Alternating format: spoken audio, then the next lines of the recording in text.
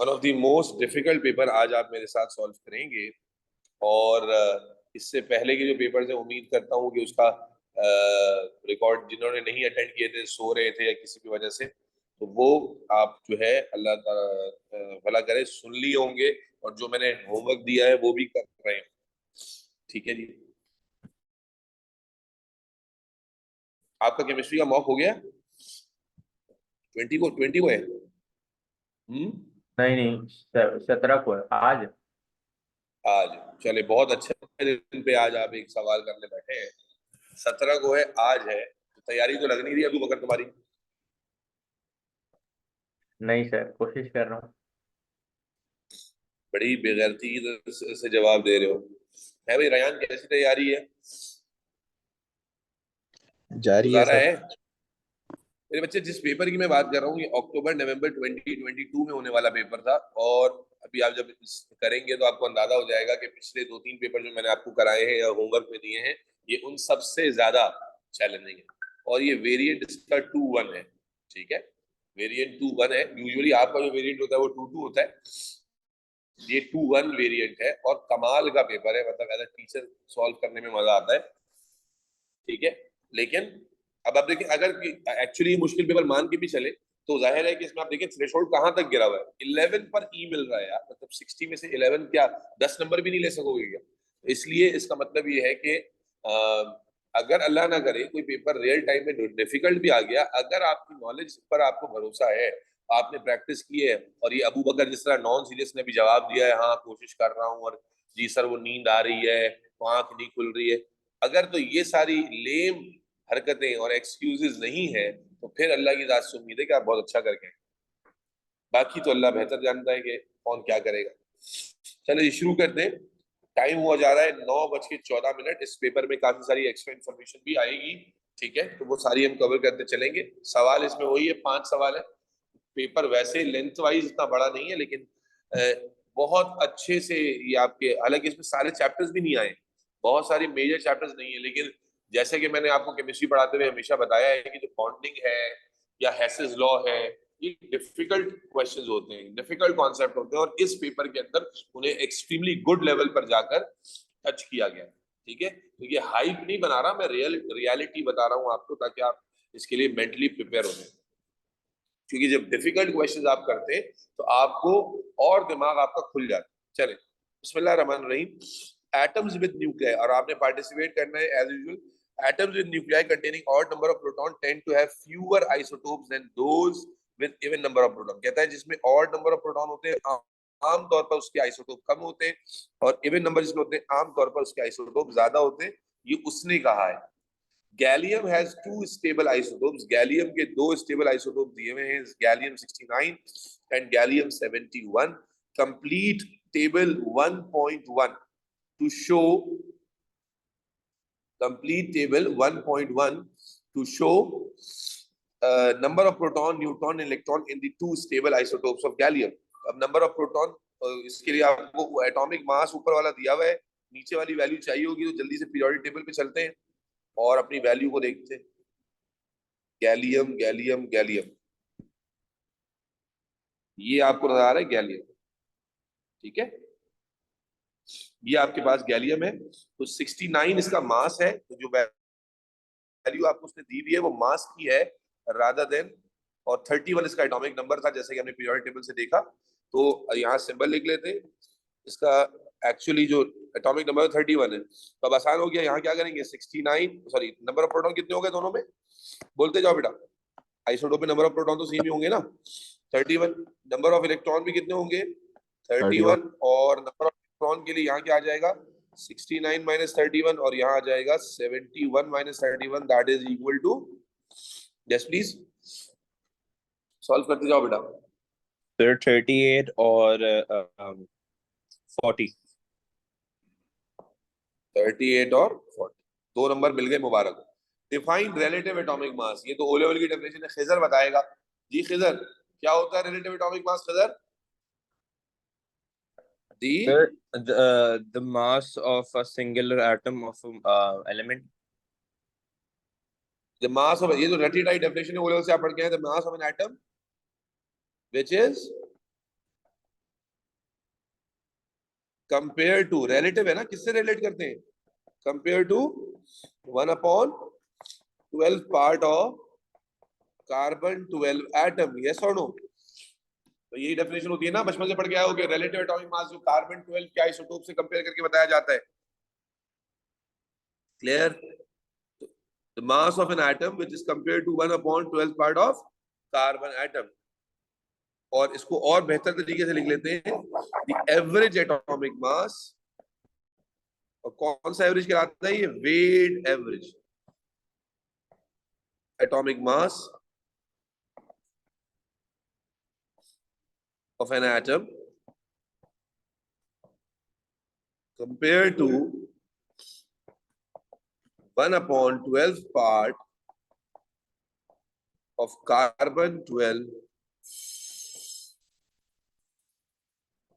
isotope is called relative atomic mass. Is that clear बच्चों? Is that clear बच्चों? Yes, sir. अच्छा, ये weight average का मतलब क्या होता है? देखो, हम जैसे क्लोरीन होता है, उसके दो आइसोटोप होते हैं 37 और 35, तो हम ऐसा तो नहीं करते ना कि 37 + 35 डिवाइड बाय 2 कर ले। ये होता है सिंपल एवरेज। वेट एवरेज का मतलब क्या होता है? हम क्या करते थे, याद करो, 37 को उसकी अबंडेंस से मल्टीप्लाई करते थे, जो होती है 35 25, और फिर 35 को उसकी अबंडेंस से मल्टीप्लाई करते हैं जो 75 होती है, और उसके बाद में उसे 100 से डिवाइड करते हैं, तो ये कहलाती है वेट एवरेज। एक है सिंपल एवरेज। सिंपल एवरेज का मतलब दो वैल्यूज को आपने ऐड किया, ऐड करके सिंपली आपने उसको 2 से डिवाइड कर दिया। और यहाँ पर हम क्या करते हैं, वेट एवरेज निकालते हैं। यानी इसीलिए जो वर्ड मैंने इस्तेमाल किया ना, मैंने कहा आप पूछेंगे नहीं तो मैं खुद ही बता दूं, वेट एवरेज का मतलब होता है कि आपने इसकी अबंडेंस को भी काउंट किया होगा। ठीक है जी, 2 और 2 4 नंबर हमें मिल गए। आगे चलते हैं। Relative atomic mass of gallium is okay 69.723। The relative atomic masses of gallium and gallium 69 and 71 are, ये 68.926 दिया हुआ है और ये दिया हुआ है 71 का 70.925। Use this information to calculate the percentage abundance of gallium 69 in elemental gallium. Show your working.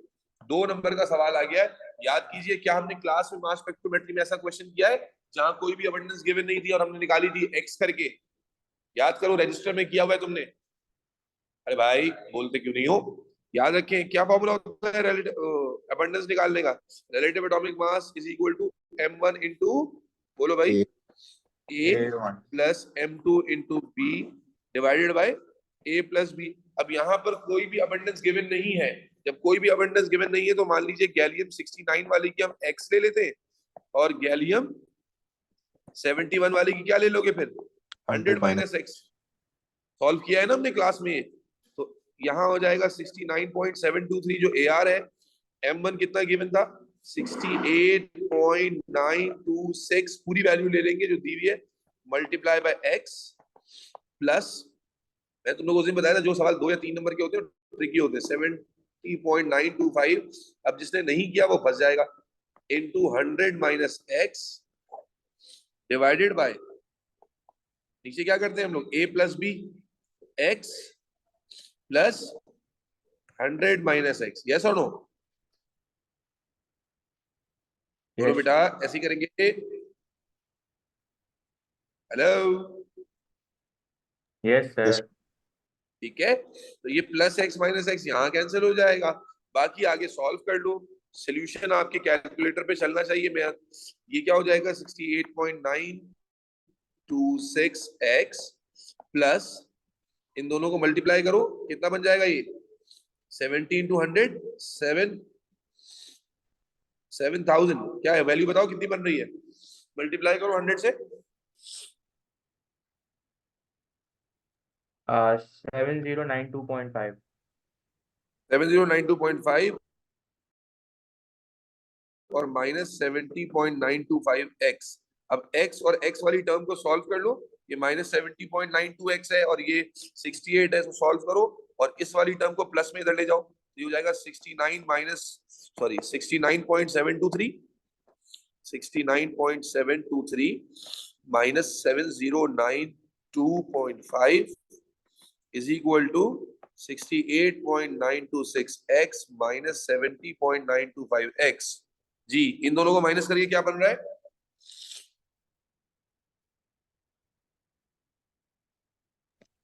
लीजिए, you need to participate। 7022.7 कितना आ रहा है दोस्तों?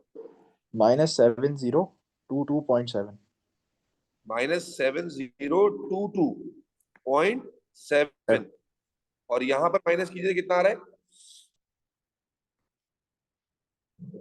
नूर Fatima, you need to participate बेटा, there is no benefit of taking class there, ठीक है? You should better sleep there। -1.99 -1.99 99 या 95 99 999 99।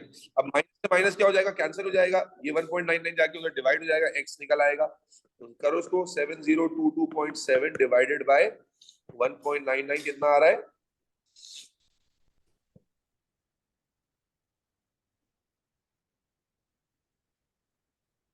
3513 बड़ा नंबर कितना आ रहा है। कितना आ रहा है? 3513 3513। ये कैसा आंसर आ गया है? कोई मैथ्स की गलती तो नहीं कर दी? 3528 28 आ रहा है मेरा। अरे तो 3528 भी आ रहा है। थाउजेंड्स में है ना, बड़ा बहुत बड़ा है या नहीं? नहीं नहीं यार, कोई गलती हुई, मैथ्स की कोई गलती हुई होगी ना। 6972 वैल्यू तो गलत नहीं उठा ली हमने। 69 यस, दैट्स करेक्ट।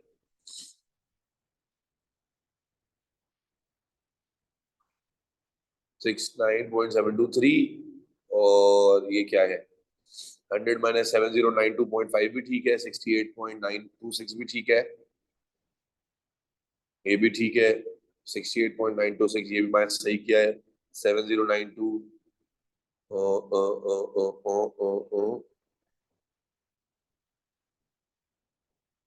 कहीं पर गलती हुई है, इसका मतलब है मैथ्स में कहीं गलती हुई है।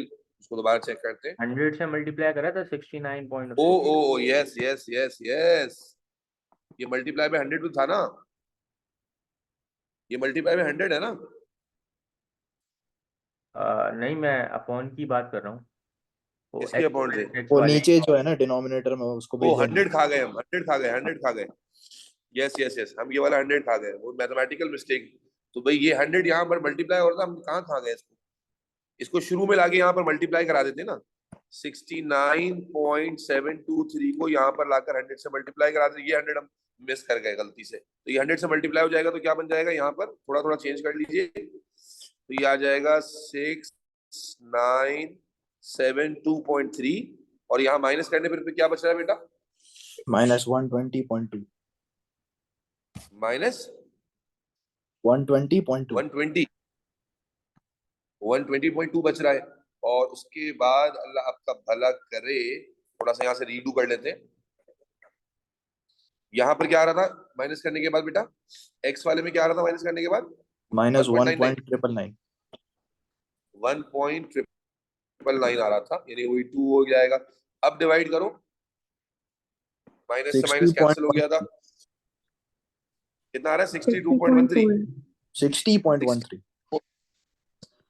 60.13। ठीक है जी, करेक्ट हो गया। आपको गैलियम 69 वाली ही निकालनी थी, तो हमने गैलियम 69 वाले के लिए लिया हुआ था ना एक्स। गैलियम अगर 71 वाली भी निकालनी होती फिर क्या करते? 100 में से माइनस कर देते। Is that clear? तो हमारा आंसर क्या हो गया? 60.13%। इज दैट क्लियर बच्चे? Yes sir. Yes sir. ठीक है, आगे चलो। Potassium has two stable isotopes. Both isotopes have the same chemical properties. Explain why both isotopes of potassium have same chemical property. बेटा chemical property किस पर depend करती है? प्रोटॉन पे, इलेक्ट्रॉन पे, न्यूट्रॉन पे? इलेक्ट्रॉन। तो आइसोटोप में इलेक्ट्रॉन सेम होते हैं, डिफरेंट होते हैं? Same. Same. As both isotopes have same number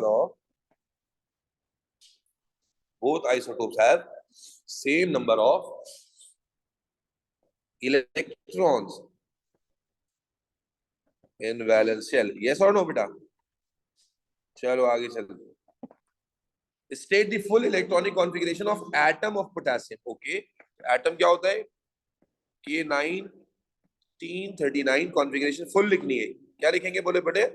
1s2 2s2 2p6 3s2 3p6 and 4s1. Is that clear? Yes, sir. Yes. Yes. Bilal भाई जाग जाएं तो अच्छा बेहतर हो जाएगा. अगर जाग जाएंगे थोड़ा सा बिलाल साहब. Okay, sir. ठीक है जी, आगे चलते हैं बेटा. The first, second and third ionization energies of potassium are 418 potassium की, फिर 3070 and 4600 respectively. Use this information to explain why potassium is group 1. 2 number है भाई. आपको पढ़ाया गया था आयनाइजेशन एनर्जी में कि आपको कैसे पता चलता है कि कौन सा एलिमेंट कौन से ग्रुप का है सक्सेसिव आयनाइजेशन एनर्जी के डेटा से. हाँ भाई, कि जब आउटर शेल से इलेक्ट्रॉन रिमूव हो रहे होते हैं तो एनर्जी थोड़ी थोड़ी करके बढ़ती है. याद है, ionisation energy is amount of energy required to remove electron from gaseous atom. तो एंडोथर्मिक प्रोसेस होता है तो एनर्जी थोड़ी थोड़ी करके बढ़ रही होती है. लेकिन जैसी शेल चेंज होता है, याद है, जैसी अगर आप इनर शेल पे चले जाओगे तो इनर शेल में आपको पता है कि जो शील्डिंग इफेक्ट होता है वो कम हो जाता है, इफेक्टिव न्यूक्लियर चार्ज अचानक से बढ़ जाता है. जब तक आप यहां से निकालोगे तब तक रिलेटिवली थोड़ी थोड़ी करके एनर्जी बढ़ेगी. लेकिन जैसी शेल चेंज होगा तो एक लॉन्ग जंप आती है. यस और नो? अगर आप Yes, गौर sir. से देखें तो यहाँ 418, इसने कहा प्रूफ बताएं कि ग्रुप 1 में कैसे है. 418 से डायरेक्ट 3070 पे जा रहा है और फिर 3070 से 4600 पे. तो आप देखें यहाँ पर उतना बड़ा गैप नहीं है, लेकिन 418 के बाद 3070 पे बहुत बड़ा गैप है. यस और नो? Yes, sir. तो आप क्या लिखोगे? फ्रॉम द डेटा और the data shows. Noor Fatima class में मौजूद हैं आप?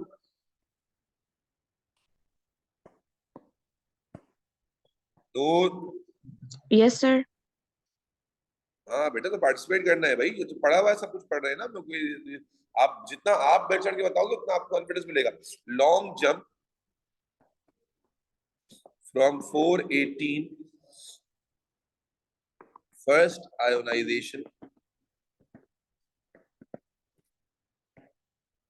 to 3070 second ionization,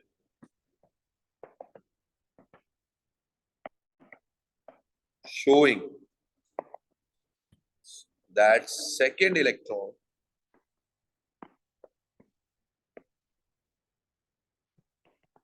is removed from inner shell. कैसे लिखते हैं आप कि भाई लॉन्ग जंप से पता चला inner shell. thus outer shell contain only one electron.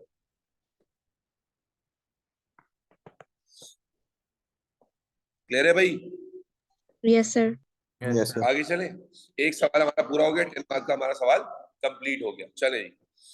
तो आप देखें पहले ही सवाल में आप देखें कि मास स्पेक्ट्रोमेट्री में जो अबंडेंस का था वो एक यूजुअली बहुत, मैंने पास पर तुम लोगों को क्लास में ये वाला सवाल करा तो दिया था जिसमें अबंडेंस होती ही नहीं, लेकिन उस वक्त भी करते हुए जिन बच्चों ने नहीं किया हुआ था वो अटक गए थे. 2-3 ने गलत भी किया था. तो आप देखें इसके पहले क्वेश्चन में एग्जामिनर ऐसा इंप्रेशन डालेगा, बच्चे की चीखें निकाल देगा यार ये क्या चीज आ गई. तो किया हुआ होगा तो फिर डेफिनेटली आपको कम से कम इतना कॉन्फिडेंस होगा कि मैं कर लूंगा. चलो आगे चलते हैं. Question number 2.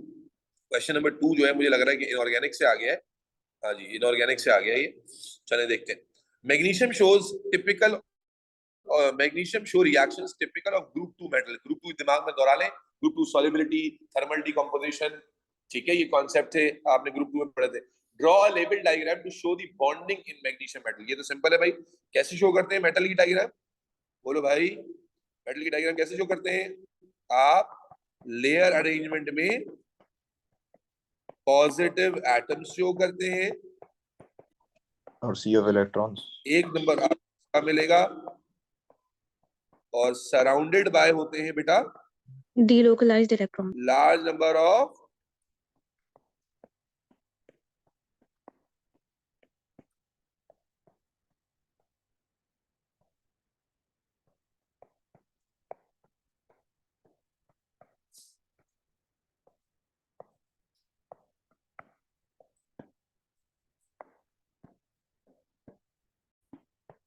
ठीक है बेटा. आगे चलते हैं. सर ये ग्रुप जी 2 बेटा मेटल्स बोलिए. हैं. सर ये ग्रुप 2 मेटल्स हैं तो हम एक सर्कल में 2 पॉजिटिव नहीं दिखाएंगे? दोबारा बोलिए। सर ये ग्रुप टू मेटल्स हैं तो इसमें अरे हम मेरे बच्चे, ये तो हम चार्ज वो वाला थोड़ी लगा रहे हैं, ये तो पॉजिटिव न्यूक्लियस दिखा रहे हैं, इलेक्ट्रो पॉजिटिव न्यूक्लियस और surrounded charge, okay sir plus two क्यों न्यूक्लियस का लगाओगे? चार्ज। वो तो ऑक्सीडेशन स्टेट, वरना तो फिर आप बोलेंगे सर हर एटम के सराउंडिंग में 2 इलेक्ट्रॉन दिखाएं सर। ओके सर ठीक है, दैट्स अ जनरल रिप्रेजेंटेशन ना। चलिए आगे चलते हैं। ओके, पार्ट बी क्या है? Figure 2.1 shows some reactions of magnesium and its compounds. ठीक है, अब आए देखिए क्या रिएक्शंस दिखाए हुए उसने। पहला रिएक्शन देखें तो मैग्नीशियम जो है, अल्लाह पाक का भला करे, एसिड से रिएक्ट कर रहा है, और एसिड से जब रिएक्ट करता है होता है सॉल्ट बनता है, और क्या बनता है? हाइड्रोजन गैस बनती है। फिर रिएक्शन में देखें तो कार्बोनेट है, और कार्बोनेट भी एसिड से रिएक्ट कर रहा है। जब कार्बोनेट एसिड से रिएक्ट करता है तो क्या बनाता है? Carbon dioxide. सॉल्ट तो यही वाली, carbon dioxide. Plus carbon dioxide and water. ठीक है, इसी तरह रिएक्शन 3 देखें तो मैग्नीशियम क्लोराइड मैग्नीशियम हाइड्रोक्साइड में कन्वर्ट हो रहा है कैल्शियम हाइड्रोक्साइड से रिएक्शन। तो ये सिंपल रिएक्शन है कि मैग्नीशियम क्लोराइड को रिएक्शन करा रहे हैं कैल्शियम हाइड्रोक्साइड से, तो डिस्प्लेसमेंट हो रही है, मैग्नीशियम रिएक्ट कर रहा है मैग्नीशियम हाइड्रोक्साइड से, और कैल्शियम फिर कैल्शियम क्लोराइड बना लेगा। और रिएक्शन 4 में मैग्नीशियम कार्बोनेट को हीट कर रहे हैं तो मैग्नीशियम ऑक्साइड बन रहा है। ये क्या हो रही है? Carbon thermal dioxide.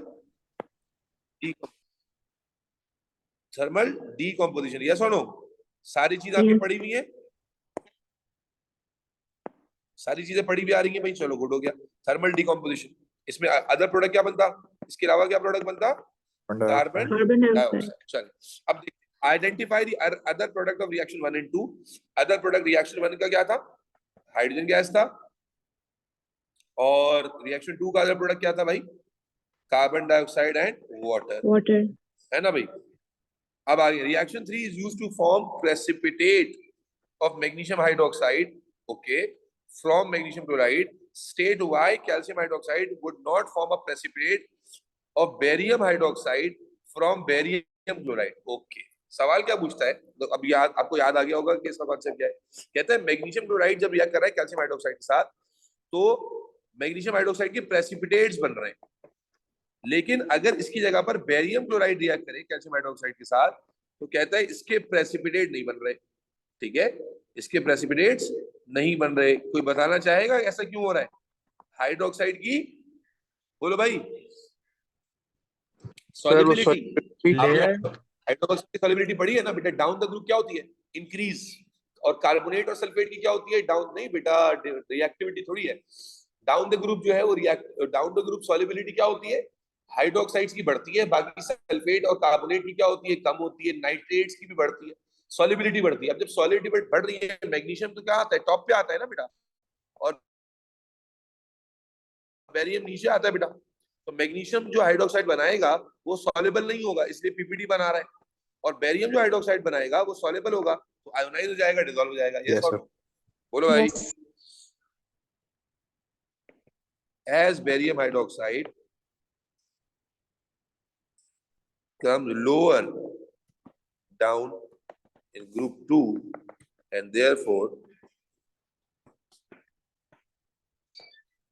is more soluble.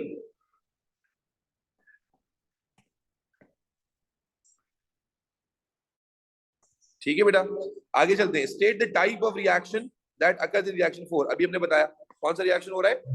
Thermal thermal. decomposition.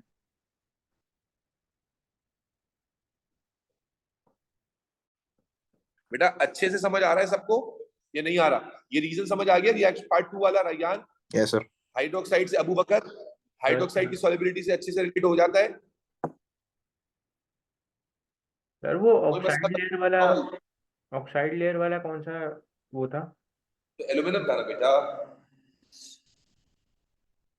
वो तो एल्यूमिनियम में होता है, एल्यूमिनियम में ऑक्साइड लेयर, और किसी रिएक्टिव मेटल में भी हो सकता है। इसको ऑक्साइड से कैसे लिंक करोगे? ये तो वो है ना मेरे बच्चे, हाइड्रोक्साइड का सॉल्युबिलिटी वाला कहानी है ना बेटा। Yes yes sir. और नो? Yes sir.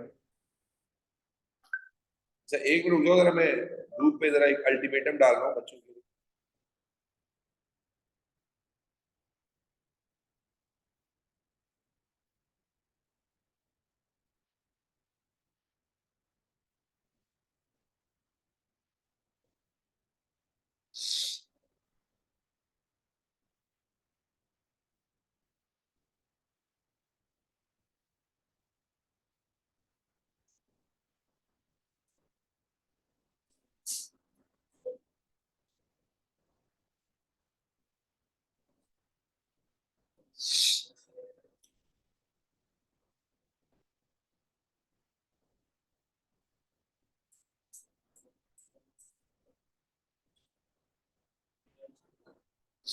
चलो भाई नेक्स्ट ये कंप्लीट हो गया। नेक्स्ट पार्ट सी में क्या कहता है? Okay, 1 cm cube of magnesium chloride is placed in a test tube. A few drop of silver nitrate are added, followed by 1 cm cube of dilute ammonia. ये तो फौरन समझ आ गया होगा, पिछले पेपर में भी था। हैलाइड का टेस्ट पढ़ाया था पिछले पेपर में भी। क्या होता था बेटा, याद है? नाइट्रिक एसिड और सिल्वर नाइट्रेट डाल के टेस्ट करते हैं, पीपीटीज बनते हैं, और उसके बाद अमोनिया डालते हैं तो डाइल्यूट अमोनिया और कॉन्सेंट्रेटेड अमोनिया में कुछ पीपीटी डिसॉल्व होते हैं, कुछ नहीं। याद है कॉन्सेप्ट? क्लोराइड की पीपीटी डाइल्यूट में डिसॉल्व हो जाते हैं, ब्रोमाइड के कंसंट्रेटेड में होते हैं या एक्सेस में होते हैं, और आयोडाइड के डिसॉल्व नहीं होते। पिछला पेपर याद करो, ये चीज याद आती है बेटा। हैलाइड टेस्ट तो कहता है कि 1 cm cube of magnesium chloride is placed in a test tube, a few drop of silver nitrate is added, and then followed by dilute ammonia. State in full what is observed in this experiment. Clear है भाई? तो बोलो क्या observe होगा initially? White PPTs of silver, बताना पड़ेगा, chloride chloride form which soluble in excess. then dissolve हाँ। dissolve हो जाएगा in dilute aqueous ammonia. Clear? Yes sir. Sir चलो, when 1 cm cube of magnesium chloride is added to 1 cm cube of Br2 in a test tube, the solution remains orange. Okay, ये तो आसान है। कहता है भाई मैग्नीशियम क्लोराइड था test tube में और उसमें Br2 डाला, लेकिन Br2 अगर कैसा होता है, मैंने बताया था, रेडिश ब्राउन लिखोगे, ऑरेंज, सिर्फ ब्राउन लिख के नहीं आओगे। तो कहता है सोल्यूशन जो है वो ऑरेंज ही रहा, मतलब रिएक्शन हुआ या नहीं हुआ? हुआ हाँ, नहीं हुआ? नहीं हुआ ना। अगर रिएक्शन होता तो ऑरेंज कलर कलराइज हो जाता ना। भाई। नॉर्मली आप जानते हैं ब्रोमीन रिएक्ट करता है तो फिर कलरलेस हो जाता है ना। क्यों नहीं रिएक्शन हुआ? ये तो बड़ा सिंपल है। मैग्नीशियम क्लोराइड का रिएक्शन ब्रोमीन से क्यों नहीं हुआ बेटा? कौन बताएगा क्यों रिएक्शन नहीं हुआ? There's no double bond. No. Bromine displace नहीं कर सकता। अरे खुदा की बंदी क्या करी, ओ लेवल भूल गई हो क्या? ब्रोमीन इज लेस रिएक्टिव ना बेटा, ब्रोमीन इज लेस रिएक्टिव। और क्या आपने पढ़ा नहीं था कि less reactive element more reactive element को उसके कंपाउंड से नहीं निकाल सकता? यस और नो? Yes sir. ये अफीफा तुम कहां से टपकी हो अभी? तुम तो थी नहीं क्लास में। Sir, I just came. I didn't see your message and I just woke up right now. अच्छा, ये अल्टीमेटम है आपको। ये मैंने पेपर से पहले बताया कि ये one of the recent years में सबसे लोएस्ट थ्रेशोल्ड का पेपर हम इस वक्त अटेम्प्ट कर रहे हैं। बड़ा मतलब स्लैंग वर्ड में कहूँ तो फाड़ू किस्म का पेपर है, जिसके दूसरे क्वेश्चन के एंड पे आप पहुंचे हो। ठीक है, इसका मैंने थ्रेशोल्ड बताया 31 पे ए है, 11 पे ई है। तो उस ऐसे पेपर्स के आप मिस कर दो, अल्लाह खैर से क्या कह सकते। ठीक है ना? तो भाई क्यों नहीं रिएक्शन हो रहा बताओ भाई? कि ब्रोमीन क्या है? लेस रिएक्टिव है। ब्रोमीन क्या है? लेस रिएक्टिव होता है। और लेस रिएक्टिव को हम एक और तरीके से बता सकते हैं कि देखो जो ब्रोमीन होता है या कोई भी एलिमेंट जो नॉन मेटल होता है, वो ये जब रिएक्ट करता है तो -1 में कन्वर्ट होता है। जैसे ब्रोमीन क्या है? न्यूट्रल है ना, और जब रिएक्ट करके अगर मैग्नीशियम से अटैच होता है तो -1 में कन्वर्ट होता है, यानी कि इलेक्ट्रॉन गेन करता है, रिडक्शन करता है। इसको एक और तरीके से बता सकते हैं, रिडक्शन करता है। और जो रिडक्शन करता है वो कौन सा एजेंट होता है? ऑक्सीडाइजिंग एजेंट होता है। कौन सा एजेंट होता है? ऑक्सीडाइजिंग। तो हम एक और तरीके से बता सकते हैं कि ब्रोमीन इसलिए रिएक्ट नहीं कर रहा कि bromine is a weaker oxidising agent than chlorine. Bromine is a weaker oxidising agent than chlorine. ये वाला पैटर्न भी समझो। तो एक तरीके से लिखोगे, आप कहोगे bromine is less reactive than chlorine,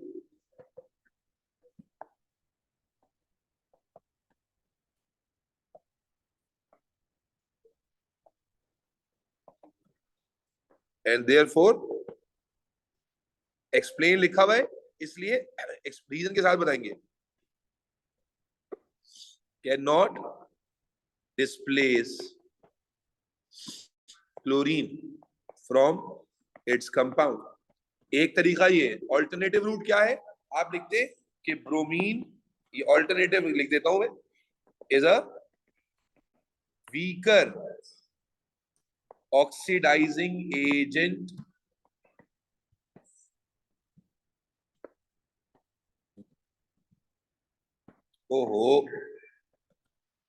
then chlorine. बच्चे क्लियर है बच्चे? समझ आता है भाई? क्वेश्चन नंबर 2 भी हमारा अल्हम्दुलिल्लाह कंप्लीट हो गया और भले से बच्चों ने 31 मार्क मुश्किल से लिए हो, लेकिन हमारे यहाँ पर पिछला क्वेश्चन था 10 मार्क का और ये 19 आउट ऑफ 19 के लिए हमने अटेम्प्ट किया इस पेपर को। यस और नो? ये Yes. समझ आते हैं सारे पार्ट? और क्या कोई ऐसा पार्ट है अब तक जो आपने नहीं पढ़ा हुआ? ये सारा आपने तो पढ़ा हुआ है ना भाई? यस और no? Yes sir. Yes sir. चलो आगे चलते।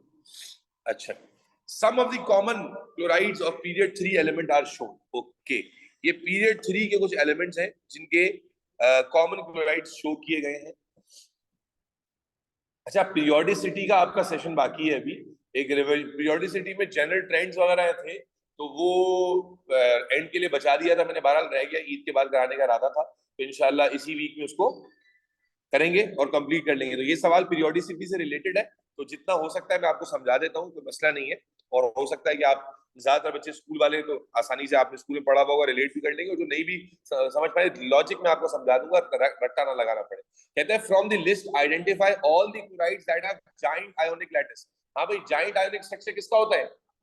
Ionic compound. NaCl and sodium GSO2. Chloride क्या होता है? आयोनिक। मैग्नीशियम क्लोराइड क्या होता है? आयोनिक। एल्यूमिनियम क्लोराइड आयोनिक होता है, कोवेलेंट होता है? Covalent. Ionic. Covalent. Oh, it's covalent. आप याद करें बॉन्डिंग में Al2Cl6 नहीं पढ़ा आपने?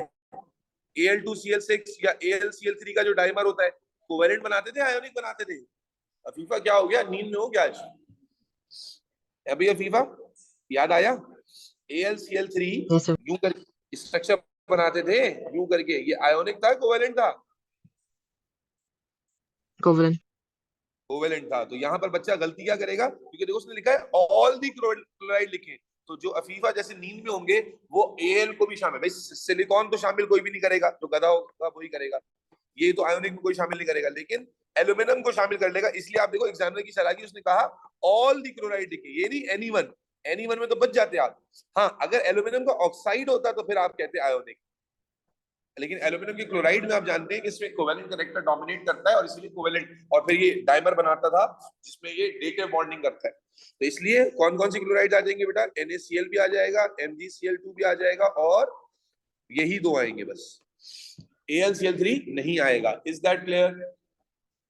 Yes sir. Yes, sir. All the chloride that react vigorously with water to form strongly acidic solution। भाई एसिडिक सॉल्यूशन कौन बनाता है? क्या आयोनिक कंपाउंड से एसिडिक सॉल्यूशन बनता है? अगर आप थोड़ा सा याद करें ट्रेंड, पीरियोडिक टेबल का ट्रेंड क्या होता है? पीरियोडिक टेबल शुरू होता है बेस की साइड से, यहां लिख देते हैं, पीरियोडिक टेबल रन करता है from basic side to acidic side, ठीक है ना? तो इसका मतलब ये हो गया, कि भाई ये जो शुरू में मेटल्स हैं ये तो एसिडिक ऑक्साइड्स या एसिडिक सॉल्यूशंस नहीं बनाएंगे। तो एसिडिक सॉल्यूशंस प्राइमरीली कौन बनाएगा? जो नॉन मेटल्स हैं। कौन कौन से? SiCl4, PCl5।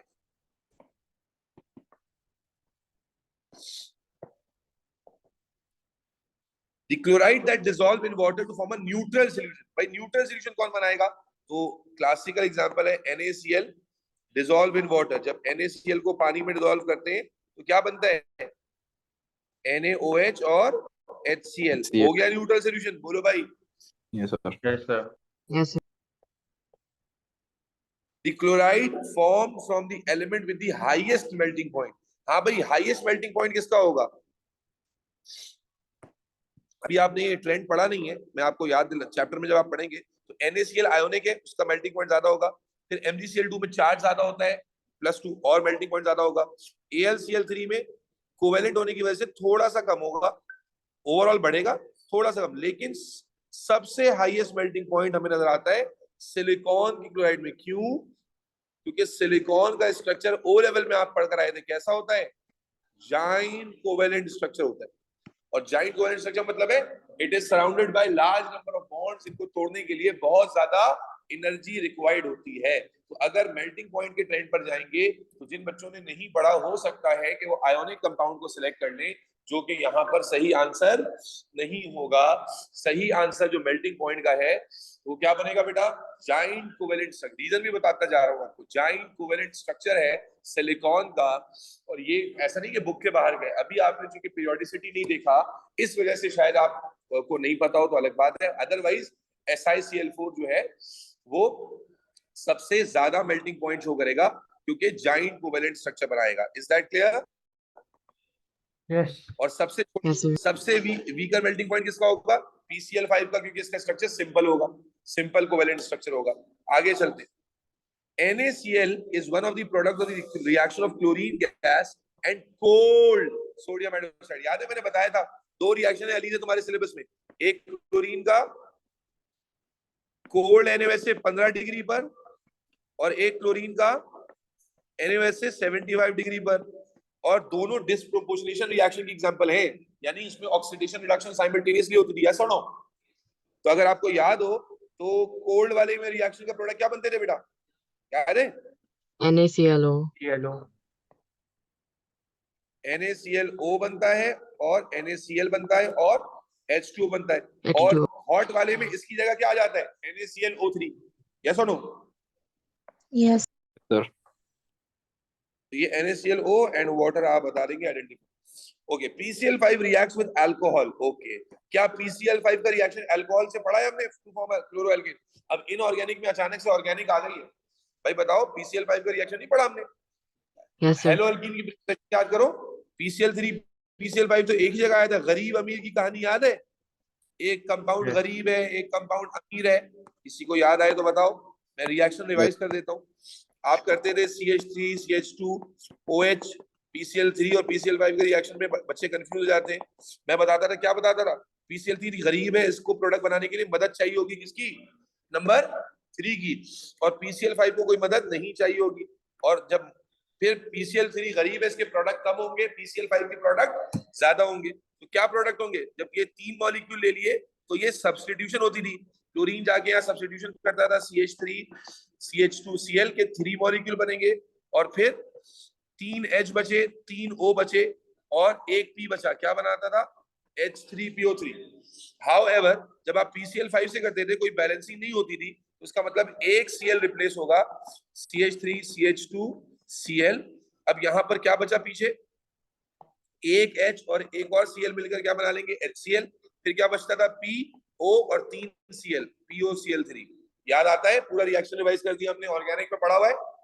Yes Afifa, Noor Fatima, Yes, sir. Rayyan. Yes, sir. अब ये क्या कहता है? Identify the type. कौन सा टाइप का रिएक्शन है बेटा? क्लोरीन रिप्लेस कर रहा है OH को, क्या कहलाएगा ये? Substitution. न्यूक्लियोफिलिक। पूरा देखो बेटा, न्यूक्लियोफिलिक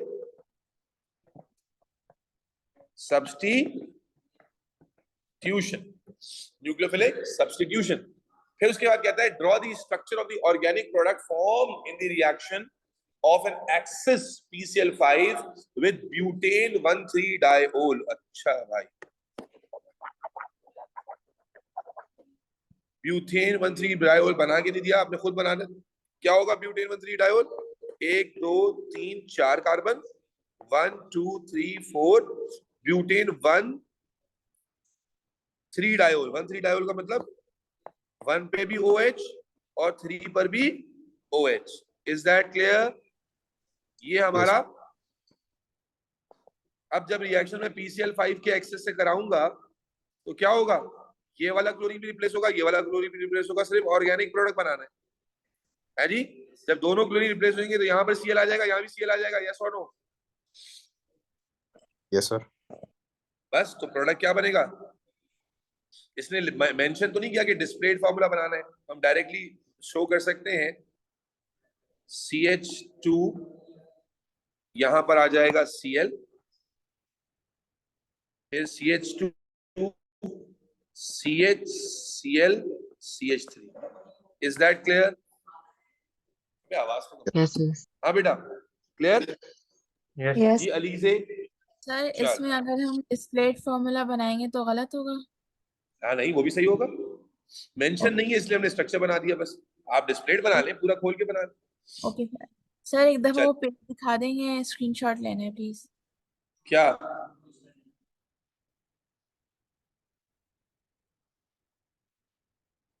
तो आप देख रहे हैं कि ये बहुत ही मतलब रीसेंट ईयर में इससे ज्यादा ट्रिकी पेपर कोई नहीं है, ठीक है? इसलिए अगर आप खुद, आप में से शायद अभी तक अफीफा तुमने सॉल्व किया था इसको, पेपर को अभी तक ये वाले? No, sir. नहीं किया था ना, तो अब ये देखो ढूंढ ढूंढ के हम लेकर आ रहे हैं थ्रेशोल्ड देख देख कर, और उसमें अगर आप नींद सोते रहे तो काम खराब हो जाएगा ना। ठीक है, और मैंने क्या बताया, मुझे खुशी हुई लास्ट ईयर जब ये पेपर बच्चे देकर आए थे, तो अल्लाह का शुक्र, अल्लाह का करम है कि हमारे बच्चों का पेपर अच्छा ही हुआ था, क्योंकि आप देखें ये सारी चीजें आपने पढ़ी हुई हैं, और जिस तरह से उसने तोड़ मड़ोड़ के पूछी है आपने उसको वैसे ही तोड़ मड़ोड़ के पढ़ा हुआ है। अब अगर एक बच्चे ने इस तरह पढ़ा ना हो फिर मसला है उसके लिए। चले, इस पेपर को कराने की ना एक बड़ी वजह ये वाला सवाल भी है। ये सवाल बहुत ही हार्ड, मैंने एग्जामिनर रिपोर्ट देखी है, ये पार्ट डी ज्यादातर बच्चे सही कर ही नहीं पाए।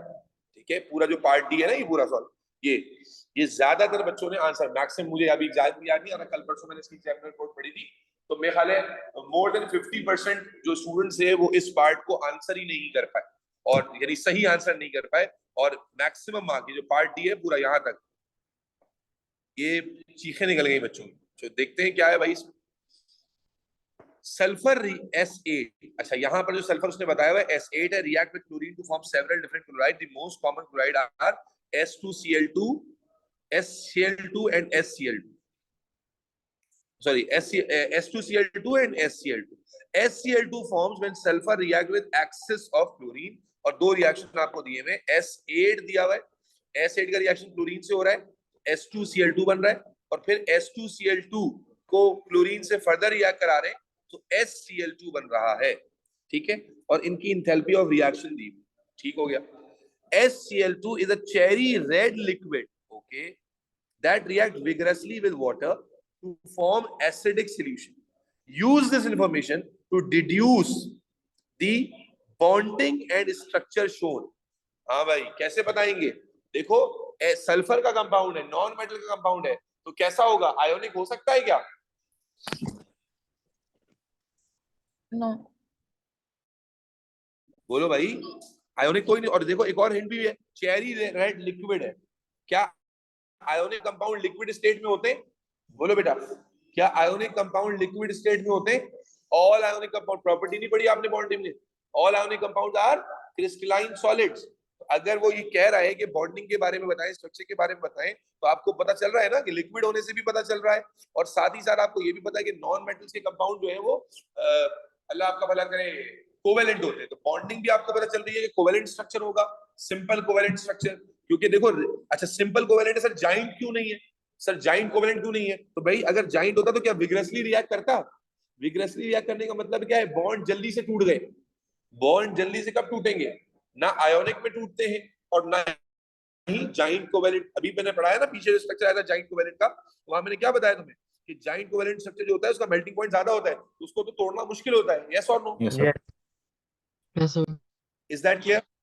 तो इसलिए ये हिंट छुपी हुई है। तो आपको 2 नंबर कैसे मिलेंगे? आप बोलोगे SCl2 is a giant, sorry, is a simple covalent structure, sorry इसको ऐसे लिख लें SCl2, क्योंकि स्ट्रक्चर भी बताना है, बॉन्डिंग भी बतानी है ना, has covalent bond in it to form simple molecular / covalent structure। 2 number मिल गए। 1 नंबर इस बात को बताने का मिलेगा कि इसका स्ट्रक्चर सिंपल को दूसरा कि इसमें बॉन्ड्स कोवेलेंट। ठीक है जी, चले, ये अब आ गया इसका न्यूमेरिकल। याद रखें, जो न्यूमेरिकल 2 नंबर या 3 नंबर का है इसका मतलब है उसमें ट्रिक है, लेकिन हमने जिस तरह न्यूमेरिकल करना सीखे हम उसी अप्रोच को यूज करेंगे अगेन इस बात को प्रूव करने के लिए कि मेरे बच्चे, अगर तुमने अल्लाह के हुक्म से सही तरीके से पढ़ाई की थी हमारे साथ, तो तुम्हारे लिए ट्रिक्स नहीं होनी चाहिए। ये मेरी मेहनत इसी दिन के लिए थी। तो कहता है construct, sorry, calculate enthalpy change of formation of SCl2। Enthalpy change of formation of SCl2 निकालनी है। You may find it useful to use Hess's law in construct energy cycle. ठीक है, ऐसे साइकिल बनाना है तो भाई सबसे पहले क्या करते थे, जो चीज हमें निकालनी होती है उसकी इक्वेशन बना लेते हैं। तो SCl2 की फॉर्मेशन की इक्वेशन बनाइए। SCl2 लिक्विड कैसे फॉर्म होगा बेटा, बोलिए? From sulphur and chlorine. अब इसमें एक ट्रिक है, देखो उसने बताया यहाँ पर कि सल्फर, नॉर्मली जब हम लोग सल्फर लेते हैं S लेते हैं, लेकिन यहाँ उसने बता दिया कि सल्फर S8 की फॉर्म में है, एलिमेंट है ना ये भी। तो यहाँ पर एक जो ट्रिक है ना वो क्या है कि आपने सल्फर S8 लेना है, और इसका कैसे अंदाजा होगा? ऊपर उसने सल्फर एटम को ही लिया है ना एसिड की फॉर्म में। यस और no? Yes sir. Yes. Yes, sir. ठीक है, तो ये HCl2, ये आपके पास फॉर्मेशन की इक्वेशन आ गई। अच्छा, अब फॉर्मेशन की इक्वेशन आ गई, आपको जानते हैं कि 1 मोल के लिए होती है, तो 1 मोल ऑफ HCl2 अगर फॉर्म कर रहे हैं तो इसका मतलब ये हो गया, इसको बैलेंस इस साइड पे कर लेंगे। ठीक है, दो तरीके हैं बैलेंसिंग करने के, या तो आप इस साइड पे 8 लगा लें और इस साइड पे 4 लगा लें, बैलेंस हो गया। लेकिन फिर उसमें आपको इस वैल्यू को किससे मल्टीप्लाई करना पड़ेगा? मल्टीप्लाई बाय 8 करना पड़ेगा। S2Cl2 नहीं होगा एसिड की जगह? H2Cl2 क्यों होगा भाई? HCl2 की फॉर्मेशन लिखी है ना बेटा आपने, जी। तो HCl2 फॉर्म करो। एस फॉर्मेशन नहीं पढ़ी आपने, फॉर्मेशन ऑफ HCl2 की इक्वेशन लिखी है आपने। तो फॉर्मेशन क्या होती है? HCl2 बनाना है ना, तो जब वो कह रहा है HCl2 की फॉर्मेशन लिखनी है तो H2Cl2 क्यों लिखेंगे भाई? तो रिएक्शन 2 में तो फिर S2Cl2 से बन रहा है ना HCl2। अरे वो तो ये तो बेटा अलग डेटा है, उसको तो हम हेस साइकिल में यूज करेंगे। आपने असल में मुझे आप मेरे साथ पढ़ा भी नहीं है ना, मैं आपको नहीं अंदाजा कर सकता कि आपने किस तरह की अप्रोच से पढ़ा है। देखो, जो बेसिक अप्रोच होती है एस साइकिल की, जिस इक्वेशन की वैल्यू निकालनी होती है, जिसने क्या कहा भाई, मेरी बात को मेरे बच्चे सेकंड करें जो पढ़ चुके हैं, कि हमने क्या यही बात पढ़ी है? रायहान जरा बढ़ चढ़ के पार्टिसिपेट कर लो, कि जिस इक्वेशन की वैल्यू निकालनी होती है पहले वो लिखते हैं। ठीक है, यस और नो? Yes sir. और जैसे ही आप वो लिखते हैं, लीजिए तुम्हें याद दिलाऊं कि ऐसे साइकिल देखो ट्राइंगल, आपको पता है एक ट्राइंगल की फॉर्म में बनती है। जैसे ही आप ये इक्वेशन जो अननोन इक्वेशन है वो लिखते हो, तो आपको अपने ट्राइंगल के 2 कॉर्नर्स तो मिल जाते हैं, and then you are left with only 1 corner. और इस 1 कॉर्नर पे हम क्या करते हैं? जो रिमेनिंग इक्वेशन होती है उसको फिट करते हैं। वो कैसे करेंगे भी आपको दिखाता हूं मैं, लेकिन इसको बैलेंस करना समझ आया? अगर मैंने यहाँ पर 8 लगा के बैलेंस किया तो यहाँ मल्टीप्लाई बाय 8 करूंगा, यस और नो? क्योंकि फॉर्मेशन 1 मोल के लिए होती है। Is this clear to everybody? Rawaha, Afifa, yes sir. Abu Bakar, Bilal. Yes, sir. और अगर मैं यहाँ पर रवाहा 1 मोल रखता है HCl2 वाली साइड पर, तो फिर यहाँ पर मुझे फ्रैक्शंस लगाने पड़ते। भाई किधर हो तुम? पास में सेक्शन में भी नहीं आते हो? अबे शाम में हो तब भूल जाओ, उसको सुबह, ये सुबह ले रहा हूँ तो समझ आता है कि वो सोते रहते हैं बच्चे, लेकिन तुम शाम में भूल जा रहे हो। मैं 2 क्वेश्चंस कराए पेपर 5 के, उसमें भी तुम नहीं थे, उससे पहले वाले में भी नहीं थे, पर हर सेशन भूल जा रहे हो तुम। भाई पेपर 4 तो तुम लोग कर करके कर रहे हो ना, बट के पेपर 5 ट्रिकी होता है बायोलॉजी का, केमिस्ट्री के पेपर 5 से हलवा नहीं होता वो, उसको करने से कॉन्फिडेंस आएगा। अभी तो खैर 1-2 सेशन चलते रहेंगे, फिर जो पेपर 4 के बाद टाइम उसमें पेपर 5 के सेशन होंगे। भाई मिस तो नहीं करो यार, क्या कर रहे हो? इस चक्कर में शाम में रखता हूँ कि तुम लोग मिस ना हो जाए, तो शाम में भी, क्योंकि मैं और कोई टाइमिंग नहीं है। पेपर 4 का सेशन सुबह होगा, वो 2 घंटे सुबह ही टाइम होता है, पेपर 5 का शाम में होगा। आज भी शायद। ठीक है, ओके, अल्लाह हाफिज़। हाँ भाई, ये समझ आ गया रवाहा? ये हमारे कॉन्सेप्ट के अकॉर्डिंग जो बैलेंसिंग है, समझ आई? आपको इस इक्वेशन की वैल्यू निकालनी है, ये इक्वेशन। इसको 8 लगा के बैलेंस क्यों किया हमने? क्योंकि मल्टीप्लाई बाय 8 क्यों लिखा मैंने? क्योंकि हमें एंथैल्पी ऑफ फॉर्मेशन का पता है कि 1 मोल के लिए होती है। अब बैलेंसिंग में 8 मोल आ रहे हैं तो 8 से कर देंगे। ठीक है, अच्छा अब आ जाओ रिमेनिंग डेटा। रिमेनिंग डेटा क्या है? रिमेनिंग डेटा में S2Cl2 है और HCl2 है। भाई क्या हमें अपने इन ट्राइंगल के कॉर्नर पे S2Cl2 कहीं नजर आ रहा है? भाई क्या इन दोनों में S2Cl2 है कहीं? नहीं है ना। तो हमने क्या पढ़ा नहीं था? सर। जो चीज मिसिंग होती है वो हम कहाँ डाल देते हैं? थर्ड कॉर्नर पे। तो थर्ड कॉर्नर पे क्या आ गया? S2Cl2। क्या आ गया बेटा? S2Cl2। जब S2Cl2 थर्ड कॉर्नर पे आ गया मेरी जान, तो आप देखिए अब बैलेंसिंग खुद ब खुद हो जाएगी। S2Cl2 की फॉर्मेशन गिवन है यहाँ पर, ये S2Cl2 फॉर्म हो रहा है S8 और Cl2 से, यस और no? Yes sir. Yes, sir. और फिर उसके बाद अगर आप गौर से देखें तो SCl2 और S2Cl2 की भी इक्वेशन गिवन है। अरे ये फॉर्मेशन ही रिएक्शन है। रिएक्शन ही समझ लो। अबे तो फॉर्म तो हो रहा है ना, फॉर्मेशन अंग्रेजी वाला फॉर्मेशन, अंग्रेजी वाली फॉर्मेशन गिवन है कि 4 मोल इसके S2Cl2 के फॉर्म हो रहे हैं। इस वैल्यू को मल्टीप्लाई बाय 4 कर देंगे यहाँ पर, और फिर S2Cl2 से SCl2 के 2 मोल फॉर्म हो रहे हैं। ये वैल्यू भी समझ आती है, यस और नो? Yes sir. साइकिल दोबारा देख लो बेटा। आपने पहले अपनी इक्वेशन लिखी, अपनी इक्वेशन लिखने के बाद आपने क्या किया? जो हमने अपनी बेसिक सीखी हुई है वो क्या है कि जो एलिमेंट मिसिंग है, देखो S8 यहाँ हमारे इक्वेशन में आ गया, छोटा कर लेता हूँ इसको। एसिड यहाँ आ रहा है, क्लोरीन भी आ रहा है, ठीक है, H2Cl2 SCl2 भी आ रहा है। तो क्या नहीं आ रहा था? H2Cl2, वो हमने थर्ड कॉर्नर पे डाल दिया। अब उसके बाद हमने एरोस कंप्लीट करने होते हैं, तो भाई H2Cl2 के लिए हमने क्या किया? H2Cl2 के देखो वैल्यू हमारे पास मौजूद है, वो वैल्यू को हमने देखा कि यार ये सल्फर और क्लोरीन से बनता हुआ रिएक्शन दिखाया हुआ है, तो हमने इसको फॉर्म करके दिखा दिया। और इसी तरह H2Cl2 से HCl2 बन रहा है, तो ये हमने एरो यू दिखा दिया। क्या ये क्लियर है? Yes sir. Yes sir. Yes, sir. चलो अच्छा, अब जहां तक ताल्लुक है मल्टीप्लीकेशन का, तो वो समझ लीजिए कि मेरे बच्चे जरा इसको बैलेंस कर लेते। यहाँ क्या आ जाएगा बैलेंस करेंगे तो? 4 आ जाएगा, यस और नो? यस। सारा बैलेंस हो गया, सब कुछ बैलेंस हो गया ना? बॉटम पे Cl नहीं डालना पड़ेगा? बॉटम पे यहाँ पर क्लोरीन बैलेंस नहीं हुआ, क्योंकि यहाँ पर 8 to the 16 क्लोरीन है, यहाँ पर आपको 4 to the 8 है, तो यहाँ पर 4Cl2 अलग से लगाना पड़ेगा। Is that clear? Yes sir. Yes, sir. चलो अब वैल्यूज डालने की गेम रह गई है बेटा। यहाँ आप देखें क्या वैल्यू डलेगी? S8 plus 4Cl2, इसकी तो पूरी वैल्यू दी हुई है -58.2। ये पूरी वैल्यू मल्टीप्लाई बाय 4 करके -58.2 है ना। इसको मल्टीप्लाई बाय 4 तो नहीं करेंगे अलग से भाई, ये ऑलरेडी मल्टीप्लाई बाय 4 की वैल्यू है ना, यस और नो? Yes sir. इसको डेल्टा HR R1 कह देते हैं।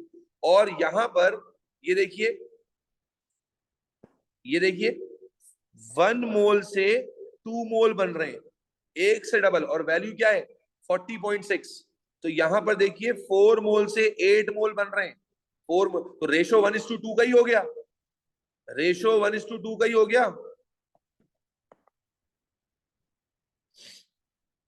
अरे बोलो ना यार, घूमे हो गए हो क्या?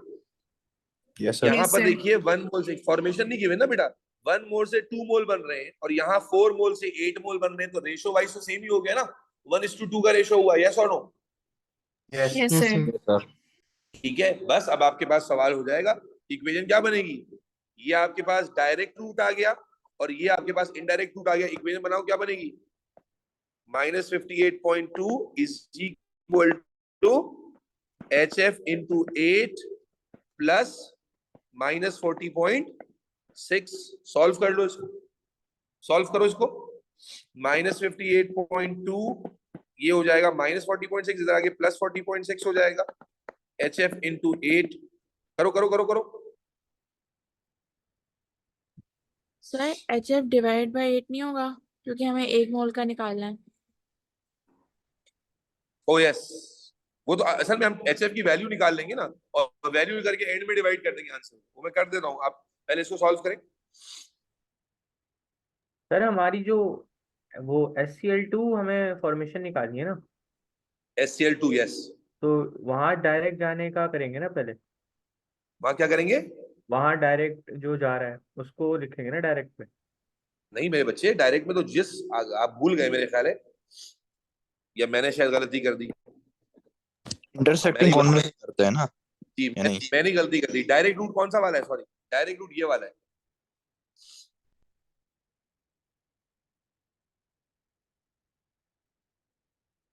नहीं, डायरेक्ट रूट तो फॉर्मेशन है ना? फॉर्मेशन मैंने क्या कर दिया, कुछ गलती कर दी है मेरे ख्याल है। फॉर्मेशन ये हो गया यहाँ से, तो फिर एरो चेंज करना पड़ेगा। ओके, ये एरो उल्टा बना दिया मैंने। एरो हमें यहाँ उल्टा बनाना पड़ेगा, वरना रूट कंप्लीट ही नहीं होगा। तो आप देखें एरो, अच्छा अब आपके एरो उल्टा बनाना पड़ेगा, तो एरो उल्टा बनाना हमने पहले किया हुआ है ना, कि जब हम एरो रिवर्स करते हैं तो हमारी वैल्यू का साइन क्या हो जाता है? रिवर्स हो जाता है, यस और नो? जो -58.2 दिया हुआ था उसको +58.2 में कन्वर्ट करोगे जब इक्वेशन रिवर्स करोगे। अरे हाँ ना, तो बोलो। Yes sir. असल में हुआ क्या, जब हमने एरो नीचे बनाया तो हमारे पास डायरेक्ट इनडायरेक्ट रूट कंप्लीट ही नहीं हो रहा था। अब आपके पास ये आ गया डायरेक्ट रूट, और ये आ गया आपके पास इनडायरेक्ट। क्या हुआ भाई, इधर हो गया। अब इक्वेशन बनाओ, क्या बनेगी इक्वेशन डायरेक्ट रूट के लिए? -40.6 is equal to 58.2 plus HF into 8। Solve करो इसको, सॉल्व करो बेटा इसको। 58.2, Sir, shouldn't we multiply -40.6 by 4? क्यों? अभी तो उसकी लॉजिक समझाई मेरे बच्चे कि जो वैल्यू आपको देखो यहाँ फॉर्मेशन नहीं दी हुई, रिएक्शन दी हुई है। जो वैल्यू आपको दी है वो 1:2, 1 मोल से 2 मोल बन रहे हैं। और यहाँ पर भी जब आप रेशो बनाओगे तो 1 मोल से 2 ही मोल बनेंगे ना। 4:8 के रेशो, भाई 1:8 नहीं है ना कि आप मल्टीप्लाई पे 8 कर दो, 1:2 का Okay, ही रेशो है। यस और no? It's a tricky question, बहुत सारे बच्चों ने इसको गलत इसीलिए किया है कि आप इसको 8 से सीधा से मल्टीप्लाई करके बैठोगे तो गलत हो जाएगा ना भाई। क्यों गलत हो जाएगा? क्योंकि आपके पास रेशो यहाँ पर 1:2 का है और ये जो वैल्यू आपको दी हुई है ये भी 1:2 के रेशो के लिए दी हुई है। ठीक है, सॉल्व सर करो इसको बेटा। जी बेटा। ये S2Cl2 क्या नाम है, उल्टा जा सकता है? ये फॉर्मेशन में तो वो होता था ना कि एलिमेंट से बनता था प्रोडक्ट। S2Cl2 थोड़ी उल्टा गया, ये तो फॉर्मेशन ही है ना। S2Cl2 को तो आपने जो मैंने आपको एमसीक्यू में ट्रिक सिखाई थी उसमें वैल्यू चेंज करना नहीं सिखाया था, प्लस और माइनस का। तो ये कि रिएक्शन अगर उल्टा हो सकता है? हाँ, क्यों नहीं हो सकता है? आपने नहीं, जो क्योंकि किया वो हुआ है ना, रिएक्टेंट को प्रोडक्ट पे करना, प्रोडक्ट को रिएक्टेंट पे करना और वैल्यू का साइन चेंज करना। सर वो प्रोडक्ट से रिएक्टेंट की तरफ जा रही है ना एरो, उस वजह से मैं पूछा था। नहीं, ये तो उसको फॉर्मेशन रिएक्शन नहीं है ना, काउंट ये करो ना। रिएक्शन है। ये रिएक्शन है ना, उसको फॉर्मेशन फॉर्मेशन बोल के कंफ्यूज खुद अपने आप को भी कंफ्यूज कर रहे हैं। तो ये फॉर्मेशन नहीं मान रही, ये रिएक्शन ही है। जी, ओके। रिएक्शन ही मान रहे हैं वो, इसने ट्रिक ही के लिए फॉर्मेशन दी भी नहीं है, रिएक्शन दी गिवन है। इसको सॉल्व करो, क्या आ रहा है? negative सॉल्व करो। 12.35. कितना नेगेटिव? 12.35. नेगेटिव 12.35। अच्छा, ये आपने आखिर में 8 से डिवाइड किया ना इसको? यस। 8 से डिवाइड करके आंसर आया ना बेटा? Yes, sir. तो जो क्या नाम है, क्या नाम था इस बच्ची का? अलीजा। अलीजा आप कहते थे 8 से डिवाइड नहीं करेंगे। अगर आप इक्वेशन गलत बना के शुरू में डिवाइड लगा देंगे वो एंड में जाके मल्टीप्लाई हो जाएगा, तो आपको 8 टाइम्स की एनर्जी मिलेगी। देखो यहाँ पर जब हमने ये बात डिस्कस की कि अल्लाह आपका भला करे 8 मोल फॉर्म हो रहे हैं, तो जो भी वैल्यू हम इक्वेशन में लेंगे इसको मल्टीप्लाई बाय 8 करेंगे, ये तो फॉर्मेशन की वैल्यू है ना। तो फॉर्मेशन को जब आपने मल्टीप्लाई बाय 8 किया और आखिर में सॉल्व करते हुए फॉर्मेशन कैलकुलेट की तो उसमें डिवाइड हो गया 8। तो जो आप डिवीजन, अगर आप शुरू में डिवीजन ले लेंगी तो वो तो एंड में जाके मल्टीप्लाई हो जाएगा। समझ आ रही है बात अलीजे? जी सर। इसलिए एंड में डिवाइड होगा। आंसर कितना आ गया? -12.3। अब देखो जो आपकी वो होती है फॉर्मेशन, वो माइनस में ही होती है, दैट इज -12.35 किलो जूल पर मोल। Is that clear? Sir, marking में गलत आ रहा है. क्या आ रहा है? It says negative 27.6. Negative 27.6. Let me check, let me check, let me check. ये साइकिल में ही कोई गलती लगती है मुझे।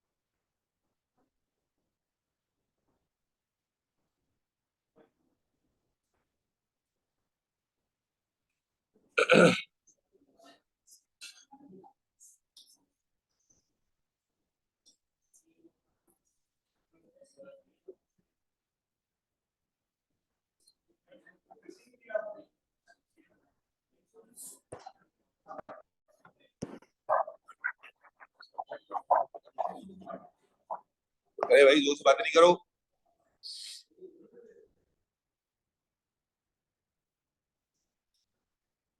गड़बड़ क्या कर दी है?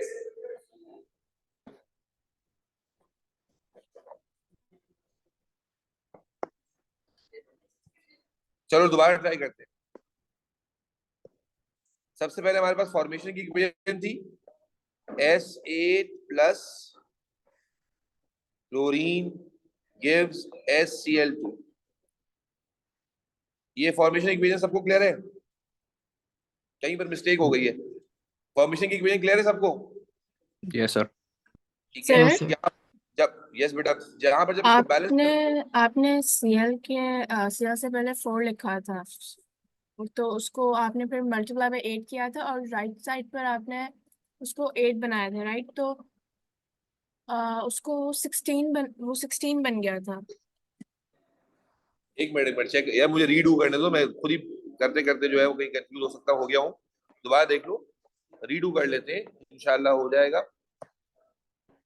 SCl2 हो गया, और इसको आप फॉर्मेशन को बैलेंस कर रहे हैं तो S8 है, यहाँ पर 8 लगा दिया आपने, और उसको बैलेंस करने के 4 लगा दिया। दैट इज वाई HF की वैल्यू को आपको 8 से मल्टीप्लाई करना पड़ेगा, क्योंकि 8 मोल फॉर्म हो रहे हैं। ये बात तो क्लियर है, इसमें तो कोई ऐसी चीज नहीं है जो परेशान कर रही है। यस और एक no? Minute sir, CL balance नहीं है। हाँ, वो 8 CL होगा उधर। वो 8Cl होगा, यस। पहली गलती तो यहाँ पकड़ी गई बैलेंसिंग में, ये 8Cl होगा। ओके, ठीक हो गया। अब उसके बाद फिर हमने क्या कहा था कि जो अननोन एलिमेंट होता है या ऐसा एलिमेंट होता है जो न्यू होता है, हमारी इक्वेशन में SCl2 भी आ गया, क्लोरीन भी आ गया, एसिड भी आ गया, क्या नहीं आया? S2Cl2, तो उसे हम थर्ड कॉर्नर पे डालते हैं, यस और नो? तो S2Cl2 को थर्ड कॉर्नर पे डालेंगे, ये स्टेप भी ठीक है, ठीक है जी। और S2Cl2 को जब थर्ड कॉर्नर पे डालेंगे और बैलेंसिंग करेंगे, तो यहाँ 8 सल्फर है तो यहाँ 4 लगाना पड़ेगा, और 4 to the 8, तो फिर यहाँ पर भी 4 क्लोरीन लगाने पड़ेंगे, यस और नो? ये स्टेप भी Yes. क्लियर है? Yes sir. ठीक है। अच्छा, S8 और 4Cl2 वाली इक्वेशन, S8 और 4Cl2 वाली इक्वेशन, 4Cl2 C2Cl2 वाली इक्वेशन इसने दी हुई थी, फिलहाल वैसी ले लेते हैं सीधी सीधी। ये इक्वेशन दी हुई थी इसने, और इसकी वैल्यू कितनी दी हुई थी भाई? -58.2। ऐसा ही है ना भाई?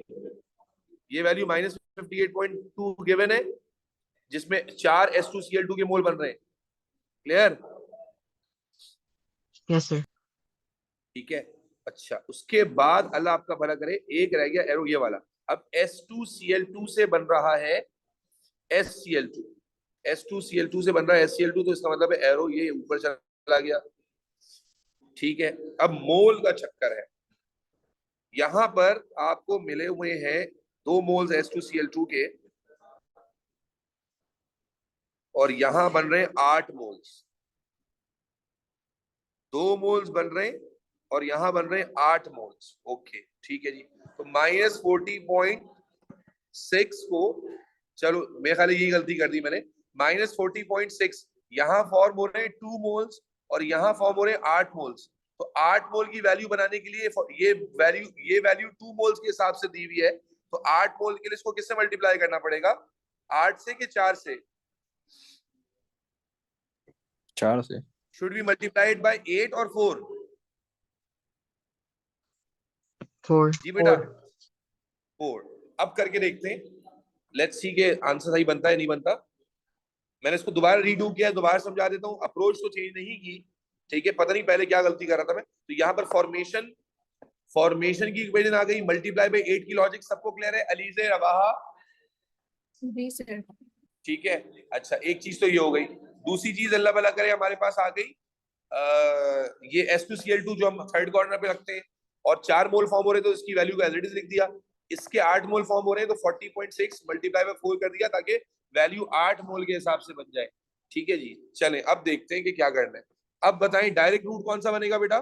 This is the direct route and this is the indirect route, ऐसा ही है? डायरेक्ट इनडायरेक्ट रूट कौन सा बनेगा भाई? ये वाला डायरेक्ट, सॉरी, ये वाला डायरेक्ट बन जाएगा, ये वाला इनडायरेक्ट बन जाएगा, यस और नो? Yes sir. तो आपके पास इक्वेशन क्या बनेगी बेटा, बोले? HF into 8 is equal to -58.2 plus -40.6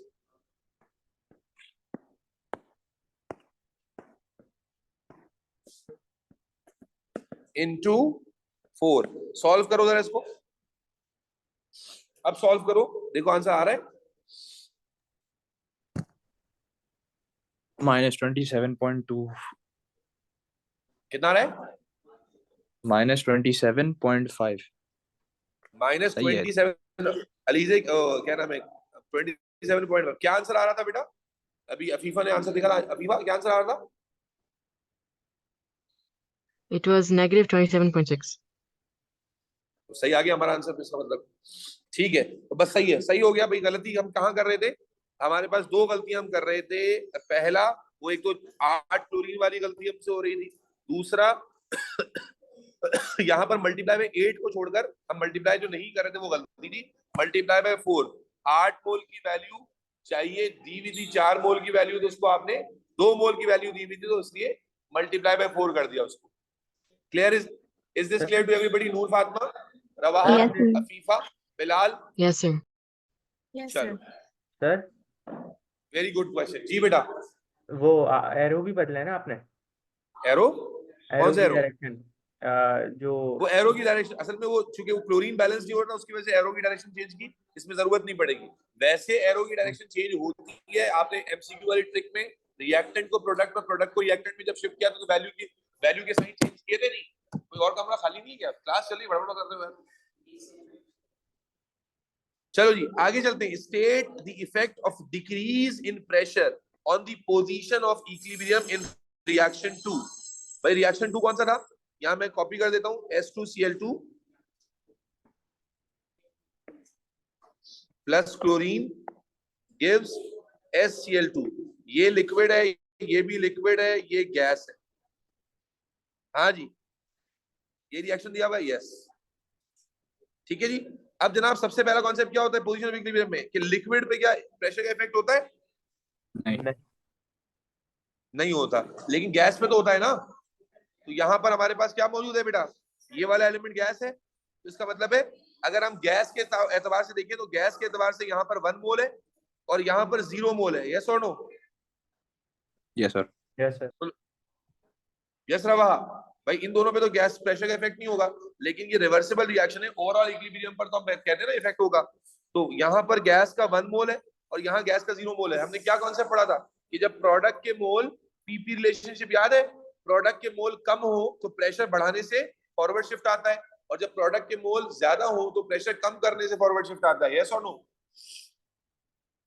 Yes, sir. तो Yes, यहाँ sir. पर प्रोडक्ट के मोल क्या है? कम है, तो pressure should be higher for the forward shift. लेकिन ये कह रहा है कि आप डिक्रीज इन प्रेशर का इफेक्ट बताएं। तो भाई डिक्रीज कर देंगे अगर प्रेशर तो क्या होगा बेटा?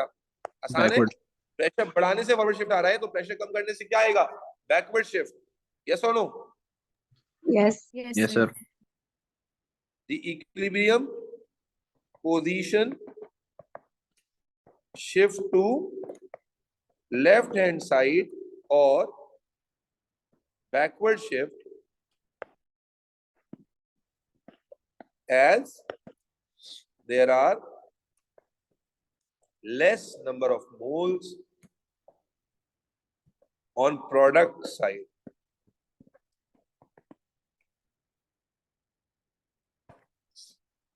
ठीक है, आप बजाय देखिए तो आपको 2 नजर आ रहा है, लेकिन ये चूंकि लिक्विड है तो इसके मोल्स आप काउंट नहीं करेंगे, गैस के रेफरेंस में भी देखेंगे। Is that clear? Bilal, Noor Fatima, Afifa, Rayhan, everybody else? Yes, sir. Yes, sir. Yes sir. अब ऑर्गेनिक का टच इसी में कंटिन्यू हो रहा है। Figure 3.1 shows the 2 structural isomers of S2Cl2. Okay, isomer show किए में। Define the term structural isomer. जी, स्ट्रक्चरल आइसोमर क्या होता है बेटा? यस प्लीज, स्ट्रक्चरल आइसोमर क्या होता है? Same molecular formula but different structure formula. Same molecular formula but different. Very good. Same molecular formula but different structural formula. Okay, suggest the value for the ClSS bond angle. Okay, ये वाला bond angle बताना होगा इन isomer 1। ये तो आसान है, bond angle बहुत दिन बाद आया, काफी दिन से आ नहीं रहा था। यहां पर बताना है एस बॉन्ड एंगल, ये वाला बॉन्ड एंगल बताना है। तो भाई सल्फर कौन से ग्रुप का होता है? ग्रुप 6 का। तो टोटल 6. इलेक्ट्रॉन कितने होंगे? 6 इलेक्ट्रॉन। 2 बॉन्ड बना रहा है सिंगल, तो बाकी 4 क्या बन जाएंगे? 2 लोन पेयर। यस और नो? अब जब 2 बॉन्ड पेयर और 2 लोन पेयर हो, हाँ भाई, जब 2 बॉन्ड पेयर, 4 वाला केस बन गया, 2 बॉन्ड पेयर है, 2 लोन पेयर है, तो बेस एंगल कितना होता था? 109.5 और इसमें पे 2.5 माइनस करेंगे तो कितना बनेगा 104.5 डिग्रीज। यस और no? Yes. Is this correct? हमारे पास एंगल कितना आ गया 104.5 डिग्रीज। एक्सप्लेनेशन क्या होगा? as ClSS in ClSS sulfur contain two bond pair and two, मैं शॉर्टकट में लिख रहा हूं, पूरा लिखेंगे आप, two lone pair which are separated at maximum angle of 104.5 degree. Shape कौन सी होती है इसमें? एंगुलर। एंगुलर या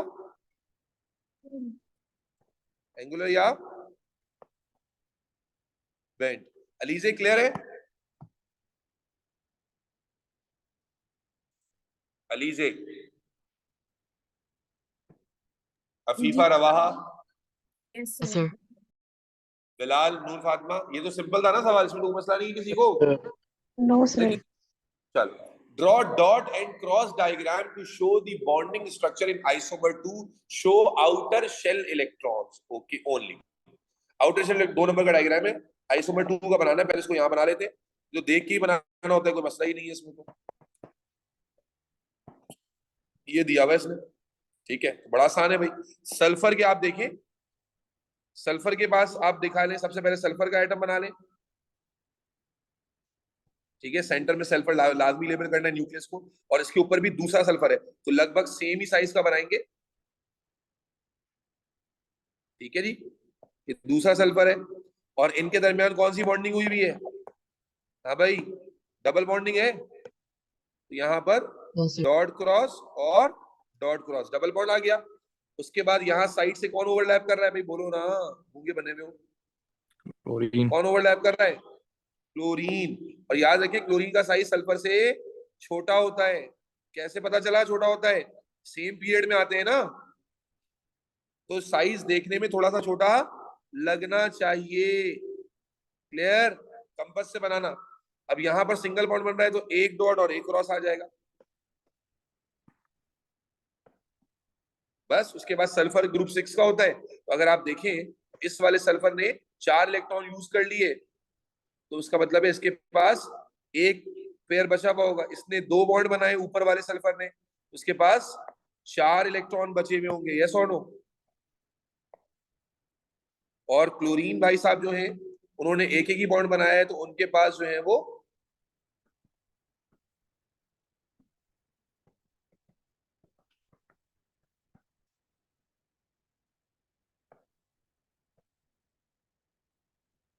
क्लियर है भाई?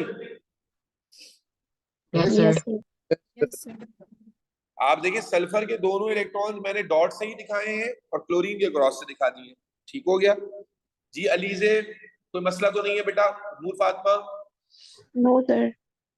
चल आगे चलते हैं भाई। यो भाई बड़ा सवाल था, 18 मार्क का सवाल था भाई। चलो, ओए होए होए होए, 4 5, अभी 2 क्वेश्चन बाकी है भाई साहब। चलो भाई करते हैं।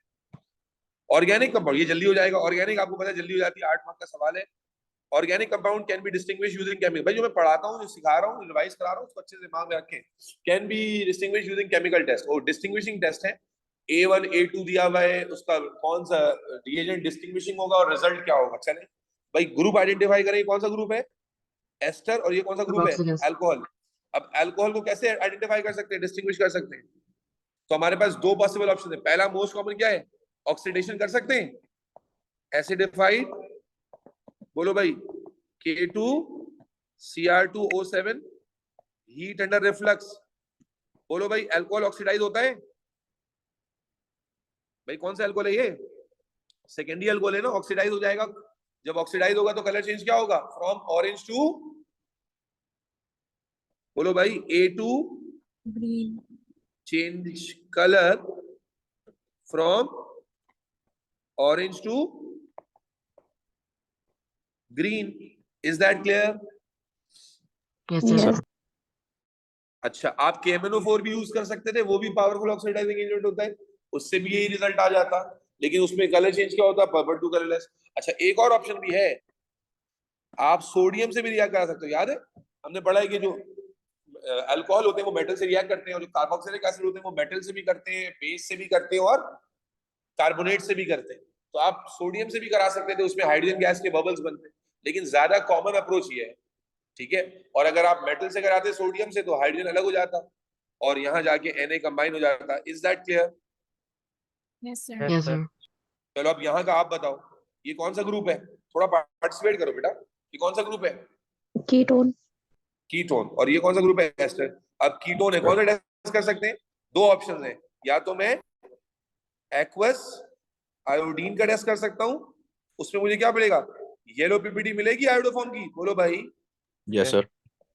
Yes. कौन देगा? B1।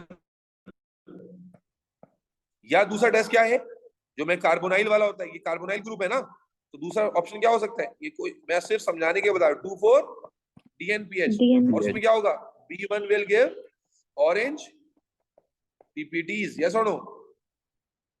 Yes sir. चलो अब C1 और C2 में देखो, C2 में आपको नजर आ रहा है डबल बॉन्ड, कार्बन कार्बन का डबल बॉन्ड, ये तो आसान हो गया। क्या करेंगे इसमें बताओ? Is this bromine? Aqueous bromine. आप क्या कहोगे? C2 डीकलराइजेस। change, C2 decolorizes bromine water। फिर यहां देखो, ये OH OH OH अल्कोहल है सारे, ठीक है। और ये कौन है, इसमें अल्कोहल भी है, ये कौन सा ग्रुप है, कार्बोक्सिलिक एसिड। तो भाई ऑक्सीडेशन पे जाएं या कुछ और करें? क्या करें? Sodium carbonate? Very good, sodium carbonate. अभी मैंने जिक्र किया कि जो कार्बोक्सिलिक होता है वो सोडियम कार्बोनेट से रिएक्ट करता है, तो आप क्या करेंगे, सोडियम एक्वस सोडियम कार्बोनेट ले लेंगे, तो क्या होगा, effervescence of carbon C2 dioxide. जो होगा वो क्या करेगा, effervescence of carbon dioxide gas. 8 number लेने में 5 मिनट भी लगे। Is that clear everybody? कोई टेस्ट बाहर से तो नहीं पढ़ा दिया रहा, वहां क्लियर है या नहीं यस है? सर। तो भाई पार्टिसिपेट कर खुद बताना करो, सिर्फ यस सर करने मजा नहीं आ रहा मुझे। ओके, कंप्लीट टेबल 4.1 वो हमने बता दिया। Use a different reagent for each test, हर टेस्ट में डिफरेंट रिएजेंट यूज करना है। ओके, ये हमने बाद में देखा, लेकिन हमने सब में डिफरेंट ही यूज किया, ठीक है। चले, C1 has a melting point of -94 and boiling point of 49 degree Celsius. C1 कौन था? ये सही है। C1 है, नॉन पोलर कंपाउंड है, कहता है इसका मेल्टिंग पॉइंट -94, बॉइलिंग पॉइंट 49 है। ये ज्यादा है कम है? कम It's है। low. कम है ना भाई। और कम क्यों है, नजर आ रहा है आपको? C1 क्या है, एक नॉन पोलर कंपाउंड। और नॉन पोलर कंपाउंड में कौन सी डाइपोल्स होती हैं, बोलो? Non polar, permanent dipole, induced dipole. Induced. Induced. और इंड्यूस्ड डाइपोल स्ट्रॉन्गर फोर्सेस है, वीकर फोर्सेस है? वीकर। Weaker. फोर्सेस हैं। तो उसने कहा referring to type of van der Waals, जब type of van der Waals force की बात की है तो आप टाइप की बात करोगे ना, तो आप क्या बोलोगे,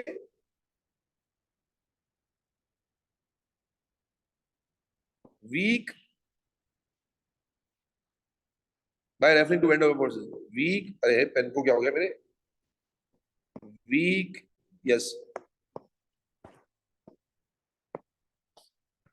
induce dipole forces exist between C1 molecules which are easily broken down and account for low melting and boiling point. Is that clear beta? Yes, sir. Yes. कहता है draw the structure of cis isomer of C2। Okay, अब देखो मैंने तुम्हें बताया था कि cis trans में से बाज दफा एग्जाम में तुम्हें बता देता है कि सिस ड्रॉ करना है, ट्रांस ड्रॉ करना है। तो ये C2 बना हुआ है, इसका मतलब ये वाला आइसोमर जो है वो कौन सा वाला बना हुआ है, ट्रांस। ट्रांस बना हुआ है।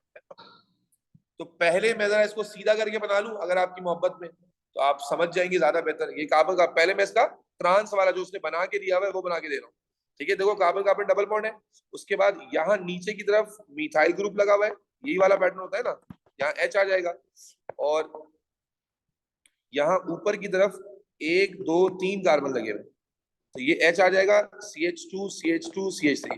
ये स्ट्रक्चर बना के दिया हुआ है। देखो ये ट्रांस है या नहीं है, बोलो। ये Yes, मैंने sir. इसको कैसे इसको वो अनरैप किया, क्लियर है? देख के किया है बेटा, ये समझ आया मैंने इसका ट्रांस कैसे खोल के बनाया, स्केलेटल फॉर्म Yes, को sir. कैसे ब्रेक किया।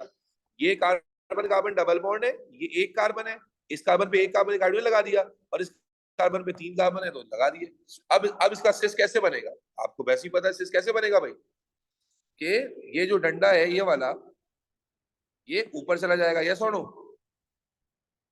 या यूं कह लो कि इसको नीचे कर लो, ये हैवियर साइड है, इसको रोटेट कर लो, नीचे कर लो, इसको यहीं रहने दो, उसको नीचे कर लो, तो नीचे कर लोगे तो क्या हो जाएगा, स्ट्रक्चर कैसे बनेगा बेटा? आसान है मुश्किल है? अरे बन जाएगा, बोलो। Yes, बन sir. जाए।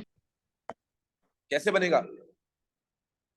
आप इसी स्ट्रक्चर को गौर से देखिए, इसी स्ट्रक्चर में बना दूं, आप फिर टाइम बचेगा। आप जब इसका ट्रांस बनाने के लिए बैठेंगे तो क्या करेंगे, या तो इस स्ट्रक्चर को ऊपर की तरफ यहां मोड़ देंगे, ठीक है, या तो ये डंडा ऊपर बन जाएगा, मैं अलग कलर से बना देता हूं, मार्किंग स्कीम में सारे ऑप्शंस मौजूद हैं, या तो ये डंडा ऊपर बन जाएगा, एक ऑप्शन, ठीक है। और ऑप्शन 2 क्या है कि ये जो जिगजैग इसने बनाई है, ये जिगजैग आप यूं करके बना देंगे। Is that clear? Yes, sir. Yes sir. Alizeh clear है? यस। चलो, C2 forms polymer when heated gently. Identify the type of polymer that forms C2. Okay, that form from C2. हाँ भाई, कौन सी पॉलीमराइजेशन होती है? कार्बन कार्बन डबल बॉन्ड हो दो, type of polymer कौन सा कहलाएगा? Addition polymer. अब आप देखिए हर पेपर में ही पॉलीमर से रिलेटेड सवाल भी आ ही रहा है, हम हर पेपर में बनाते आ रहे हैं, ठीक है ना। अब उसके बाद जनाब आली वो कहता है ड्रॉ वन रिपीट यूनिट। ये तो आसान है, अभी मैंने तुम्हारे सामने स्ट्रक्चर भी बना दिया। रिपीट यूनिट बना सकते हो नहीं बना सकते? क्या करते हैं, वही चीज दोबारा ड्रॉ करते हैं, डबल बॉन्ड हटा देते हैं, यस और नो? Yes, sir. कंटिन्यूटी का निशान लगा देते हैं, ब्रैकेट लगा देते हैं, एन लिख देते हैं। Clear? Yes, sir. Yes, sir. चलो भाई, देखो ऑर्गेनिक कितनी जल्दी पूरी हुई, कितनी जल्दी ऑर्गेनिक। अब लास्ट क्वेश्चन आ गया फाइनली, शुक्र अल्हम्दुलिल्लाह, लास्ट क्वेश्चन पे पहुंचे भाई, ठीक है जी। लेक्टोन्स आर साइक्लिक एस्टर्स। ये सब पेपर बहुत अच्छे से, इसका दूसरा वेट अटेम्प्ट करना, दोबारा री अटेम्प्ट करना, बड़ा पप्पू पेपर है। लेक्टोन्स ओवर द लास्ट 5 इयर्स इससे ज्यादा लोअर थ्रेशोल्ड वाला पेपर कोई भी नहीं है। ये पेपर एक चैलेंजिंग और ट्रिकी पेपर था। खैर, lactones are cyclic esters under suitable condition, lactone form. और इसका ये सवाल भी मुश्किल है, ये जो रिंग है ना, मुश्किल सवाल, थोड़ा अनकन्वेंशनल है, पढ़ा हुआ आपने है अल्हम्दुलिल्लाह। Lactones form from molecule that have both an alcohol and carboxylic acid functional group. Equation 1 shows the example of formation of lactone. क्या दिखा रहा है भाई, ये देखें, ये कौन सा ग्रुप है? कार्बोक्सिलिक एसिड, ये अल्कोहल है, और देखो ये एस्टर बन गया। कैसे बन गया होगा, सोचा है आपने? क्या हुआ होगा, यहां से OH गया, यहां से H गया, OH गया, और ये आपस में ही कनेक्ट हो गए, यस और नो? Yes, sir. ये फॉर्मेशन समझ आती है कैसे हुआ होगा बेटा, बोलो। Yes sir. Yes, sir. ठीक है, अब आगे देखते हैं सवाल क्या है। Figure 5.1 shows the synthesis of lactone P from compound M। अच्छा जी, कंपाउंड M गिवन है, डबल बॉन्ड है इसके अंदर, हॉट एसिडिफाइड KMnO4। हाँ जी, हॉट एसिडिफाइड KMnO4 से रिएक्ट कराएंगे, बहुत दिन बाद आया। क्या होता है, ये चेन ब्रेक हो जाती है यहां से, बोलो। जब आप हॉट कंडीशन में, मैं इसको खोल के बना देता हूं,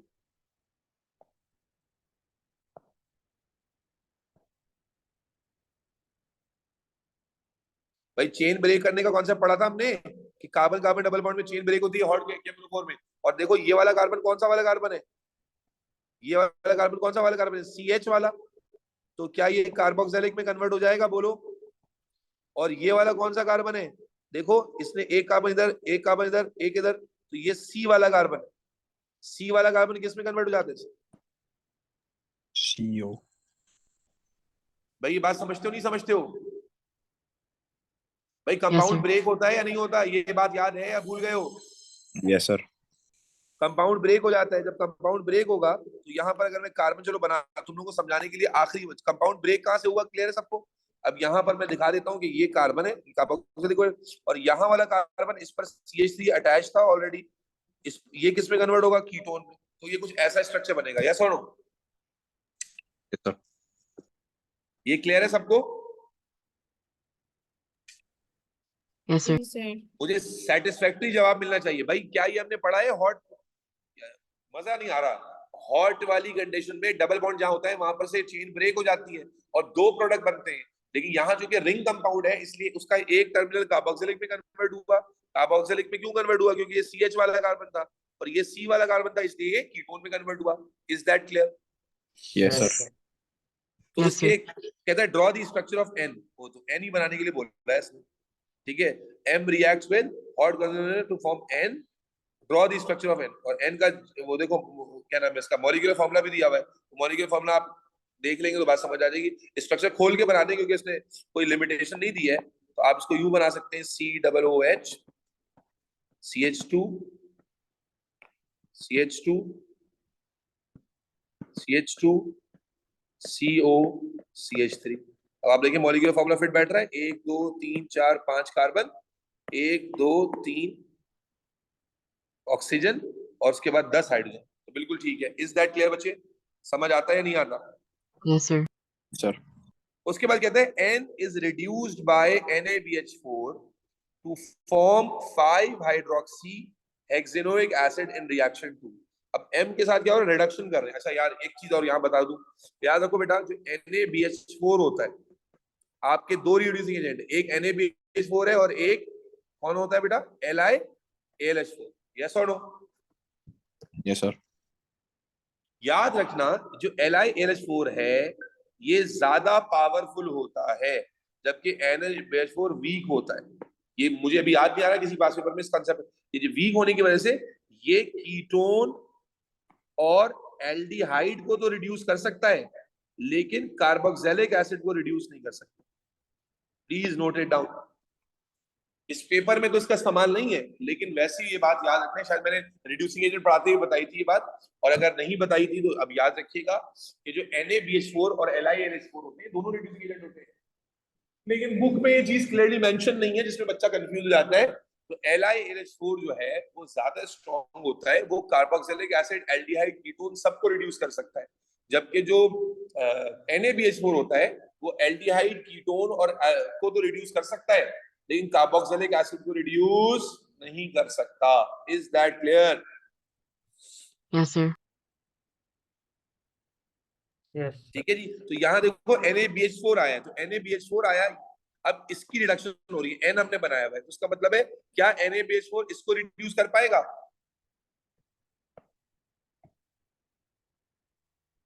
भाई कार्बोक्सिलिक को रिड्यूस कर पाएगा क्या? No sir. नहीं, लेकिन क्या कीटोन को कर देगा?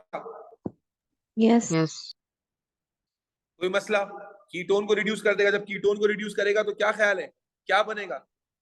यहां पर दो हाइड्रोजन आ जाएंगे और ये OH बन जाएगा, अल्कोहल बन जाएगा, सेकेंडरी अल्कोहल। यस और नो? रवाहा, बिलाल, नूर, फातिमा, ये बात क्लियर है? मैं अपने आप को समझा रहा हूँ खाली। जी सर। चलो, तो अब उसको क्या कहता है, constructing equation for the reaction to using molecular formula. Okay, molecular formula use करके करनी है, तो इसका मॉलिक्यूलर फार्मूला दिया हुआ था C6H10O3 और इसमें हाइड्रोजन लगाएंगे आप, जो उसने लिखा हुआ है सिंबल से दिखाएंगे। कितने हाइड्रोजन लगेंगे? तो आप देखिए यहां पर दो हाइड्रोजन आगे अटैच होते हैं, दो हाइड्रोजन अटैच होते हैं और ये सिंगल बॉन्ड ब्रेक होता है और यहां पर एक हाइड्रोजन आगे अटैच होता है। ऐसा ही है भाई? क्या क्या होता है भाई, यहां से अल्कोहल बनता है, सिंगल बॉन्ड आ गया और यहां पर दो हाइड्रोजन आगे अटैच होते हैं। अरे बोलो भाई।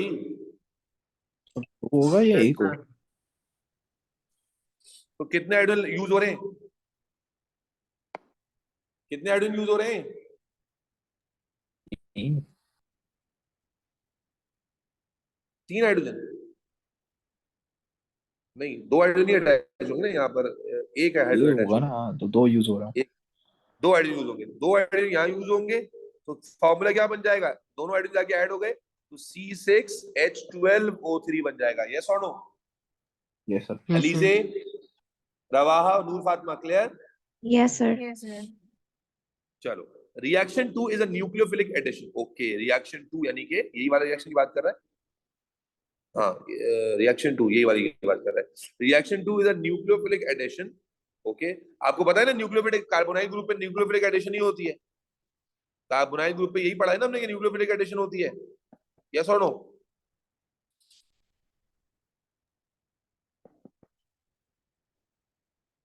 चलो, कहता है suggest why reaction 2 suggest why reaction 2 create a mixture of two organic compounds.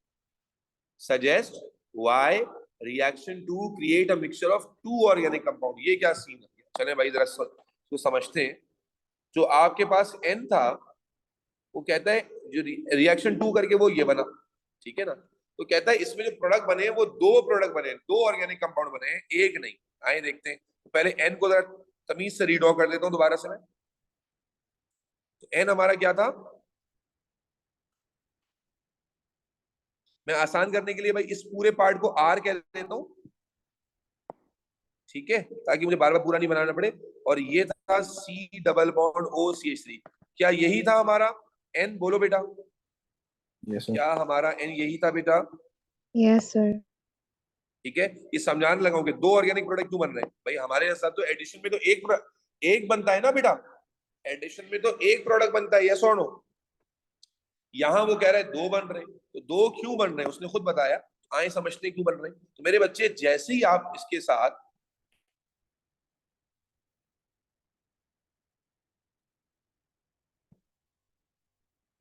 ये न्यूक्लियोफिलिक रिएक्शन हो रहा है, न्यूक्लियोफिलिक एडिशन होती है ना, कहां गया हमारा प्रोडक्ट, ये रहा।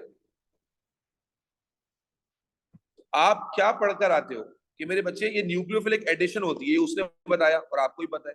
तो आपको इसका मैकेनिज्म याद है ना, जो पिछले पेपर्स में मैंने कराया था कि जब यहां से ये इसको एरो देगा, ये अपना इलेक्ट्रॉन देगा, तो ये बॉन्ड सिंगल हो जाता है। जब ये बॉन्ड सिंगल हो जाता है तो RCO नेगेटिव, और ये आप समझ लीजिए न्यूक्लियोफाइल अटैच होता था यहाँ पर, और ये CH3 है। ये ऐसा होता है या नहीं होता? बाद में इस पे H आके लगता है। यस और नो? Yes, sir. बेटा ये मैकेनिज्म आपको आपने पढ़ा है ना, पीछे पेपर में भी आया था, पीछे पेपर्स में भी कराया था ये मैकेनिज्म न्यूक्लियोफिलिक एडिशन का, कि कार्बन ऑक्सीडेट जो है वो आपके पास, अल्लाह आपका भला करे, पोलैरिटी होती है, जो न्यूक्लियोफाइल होता है वो कार्बन पर अटैक करता है। यस और नो? Yes sir. अब बेटा कॉन्सेप्ट क्या है कि देखो ये अटैक नीचे वाली साइड से भी हो सकता है। अच्छा चलो और आसान कर देता हूँ, और आसान कर दो बेटा। जैसे ही आप ये प्रोडक्ट देखोगे, ये वाला, या जब यूं समझ लो कि फाइनल प्रोडक्ट भी बना लिया, H भी लग गया, तो आप ये देख सकते हो कि इस फाइनल प्रोडक्ट में ये जो कार्बन है कायरल तो नहीं है। ये देखो, क्या कायरल कार्बन तो नहीं बन गया ये? CH3, ये अलग, ये अलग, और ये अलग। यस और नो? यस। तो बेटा जब कायरल कार्बन बन गया, तो क्या कायरल कार्बन के हमने पढ़ा है कि ऑप्टिकल आइसोमर होते हैं? Yes sir. मिरर इमेजेस होती हैं। तो जब Yes. मिरर इमेजेस का मतलब क्या है कि वो कह रहा है दो प्रोडक्ट बनेंगे, तो इसका मतलब ये हो गया, वो दो प्रोडक्ट की लॉजिक क्या है कि अगर ये न्यूक्लियोफाइल का मॉलिक्यूल ऐसे नीचे से अटैक करे तो अलग तरह का ऑप्टिकल आइसोमर मिलेगा, ऐसे ऊपर से अटैक करे तो अलग तरह का ऑप्टिकल आइसोमर मिलेगा। समझते तो नहीं समझते? तो वो जो उसने कहा कि तो भाई एडिशन में तो सिंगल प्रोडक्ट बनता है ना, तो एडिशन में फिर डबल प्रोडक्ट कैसे आ गया? तो डबल प्रोडक्ट कैसे आया कि असल में जो प्रोडक्ट बना होगा वो ऑप्टिकल आइसोमर की फॉर्म में एग्जिस्ट करता है। यस और नो? इसमें Yes, कायरल sir. सेंटर आ रहा है ना, तो आप क्या बोलोगे? As the product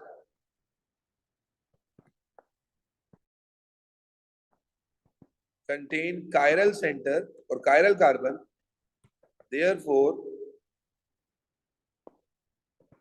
exist in two optical isomeric form. Clear? भाई न्यूक्लियोफिलिक एडिशन हुई, कायरल सेंटर प्रोड्यूस हुआ है, सबको समझ आ जाता है? ELISA, Yes, sir. बिलाल, चलो सर ये ड्रॉ। आप कह रहे हैं कि ऊपर से अटैक करेगा, ये समझ नहीं आ रहा। अरे वो तुम्हें समझाने के लिए कह दिया ना भाई, आप यूं करके दिखा दूं तो और बात समझ आ जाएगी। लॉजिक तो अब बेसिक क्लियर कर लो ना। अब इसको यूं देख लो तो बात और समझ आ जाएगी।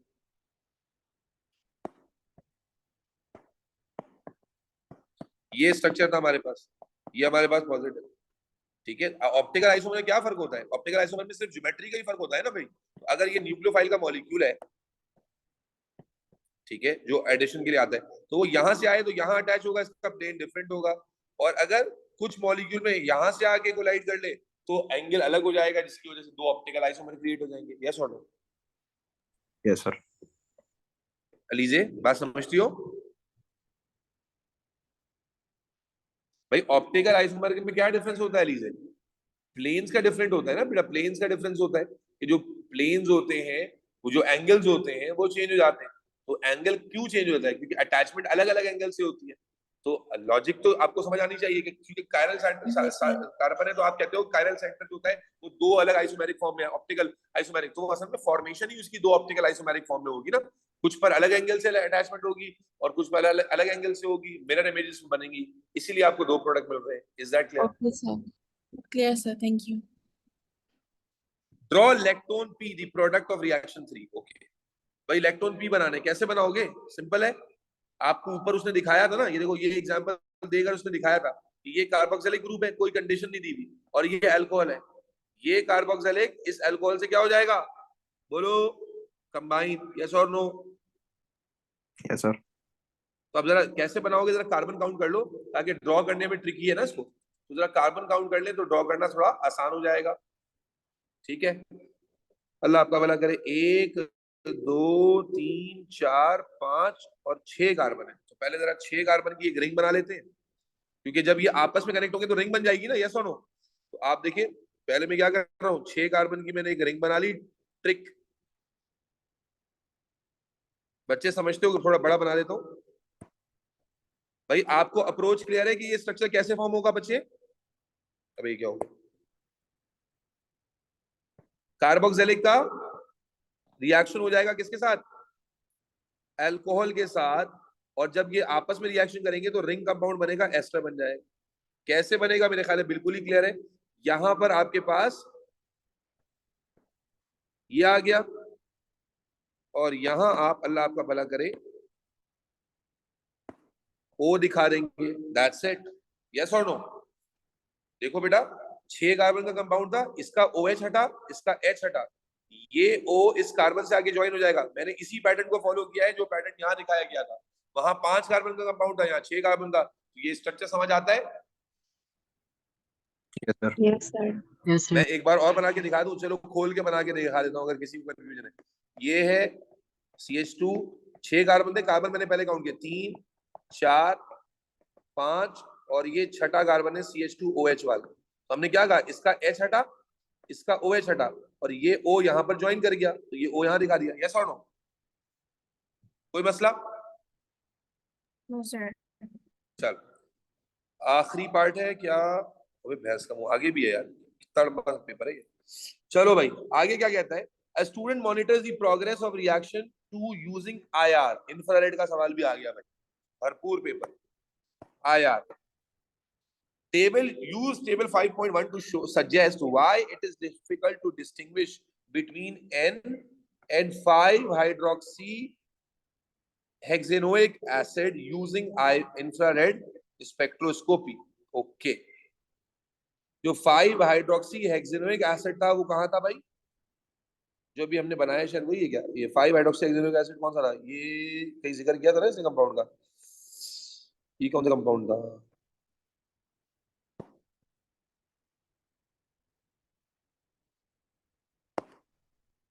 वन टू थ्री फोर 5, ये वाला compound. This So it was a product of reaction 2. 5-हाइड्रो, sorry, It was a product of reaction 2. N की बात हो रही है ना?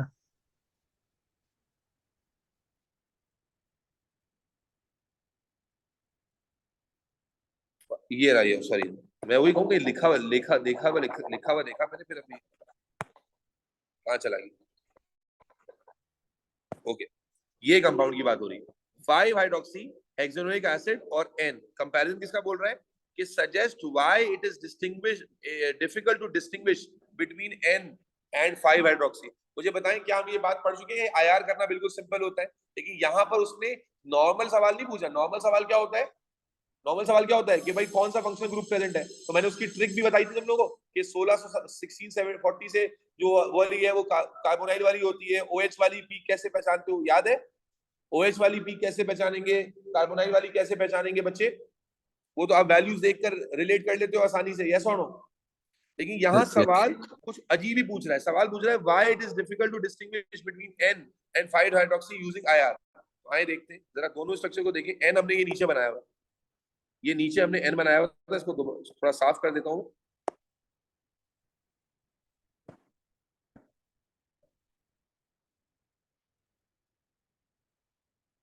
ये नीचे हमने बनाया हुआ था N। कहता है डिफिकल्ट क्यों है? ये N का स्ट्रक्चर है बेटा, गौर से देखो। और ये देखो, इसमें भी कार्बोक्सिलिक ग्रुप है, इसमें भी कार्बोक्सिलिक ग्रुप है, यस और नो? यानी इसमें भी, अच्छा कार्बोक्सिलिक की पीक IR में आपको पता है ना, कार्बोक्सिलिक की पीक टोटल नहीं आती, बल्कि कार्बोनाइल की पीक अलग आती है। तो देखो कार्बोनाइल ग्रुप जो है वो इसमें भी मौजूद है और इसमें भी मौजूद है। OH ग्रुप इसमें भी मौजूद है और इसमें भी मौजूद है, ये भी मौजूद है, यस और नो? सिर्फ जो डिफरेंशिएशन आ रहा है कि इसमें 2 कार्बोनाइल है और उसमें 1 कार्बोनाइल है। तो डिफिकल्ट होगा एनालाइज करना या नहीं होगा? क्योंकि जो IR स्पेक्ट्रम होगा उसमें पीक सारी ओवरलैप नहीं करेंगी। बोलो बेटा, ऑनलाइन वालों बात समझते हो? कहां चले गए? आवाज आ रही है मेरी? अलीजे ये बात समझते हो कि अगर मैं हाईलाइट करूं, देखो कार्बोनाइल की पीक इसमें भी मिलेगी, कार्बोनाइल की पीक इसमें मिलेगी, OH की पीक इसमें भी मिलेगी, OH की पीक इसमें भी मिलेगी। तो कार्बोनाइल की पीक ये, कार्बोनाइल की पीक, तो सारी पीक तो सेम ही मिल रही है। तो इंटेंसिटी का फर्क होगा जिससे डिफरेंशिएट होगा। वो एग्जामिनर में पूछ रहा है कि भाई वो डिफिकल्ट क्यों हो रहा है, तो आप बता पाओगे या नहीं? डिफिकल्टी का रीजन समझ आता है? As all the absorption peaks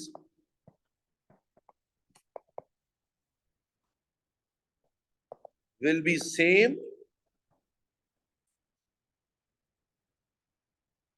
due to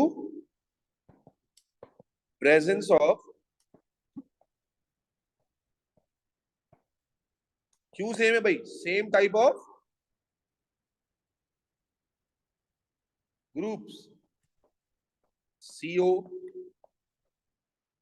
and OH. Is that clear? Kawaha, Bilal, Alize, Rayyan, Abu Bakar. Yes sir. ठीक है अलीजे, तुम्हें समझ आता है क्यों डिफिकल्ट था इसको एनालाइज करना बेटा? जी सर क्लियर है। चल आखिरी पार्ट आ गया finally. Okay, unknown lactone Q is analysed using mass spectrometry. अभी अननोन लैक्टोन आ गया Q, ठीक है? मास स्पेक्ट्रोमेट्री से इसको एनालाइज किया। इंफॉर्मेशन दिए हुए M दी हुई है M+1 के का बनती है कार्बन 13 की वजह से, यस और no? Yes sir. Use the data to deduce the structure of Q। Structure of Q बनाना है, शो योर वर्किंग। भाई सबसे पहले क्या करेंगे, जब दोनों के अबंडेंस दिए तो सबसे पहले आप नंबर ऑफ, बोलो भाई क्या निकाल लेंगे? Number of carbon. तो याद है इसका फॉर्मूला होता था नंबर ऑफ कार्बन का, क्या फॉर्मूला था बेटा? बोलो 100/1.1 into abundance of M+1 peak upon M+ peak. अरे बोलो ना, गूंगे हो गया? 10 दफा मैं ही पढ़ाऊंगा क्या? सॉल्व करो इसको। 3.15 इंटू 95.5 कितना आ रहा है?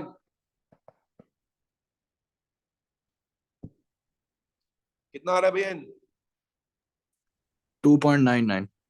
तो यानी 3 हो गया ना। तो इसका मतलब है हमारे कंपाउंड में कितने कार्बन है भाई? 3 कार्बन है, यस और no? Yes sir. Yes, sir. अब स्ट्रक्चर कैसे बनाए? तो देखो लैक्टोन है, पीछे कहीं जिक्र किया होता है लैक्टोन का। लैक्टोन क्या होता है? देखो जो लैक्टोन होते हैं ये सारे क्या होते हैं? एस्टर्स होते हैं, यस और नो? लैक्टोन क्या होते हैं?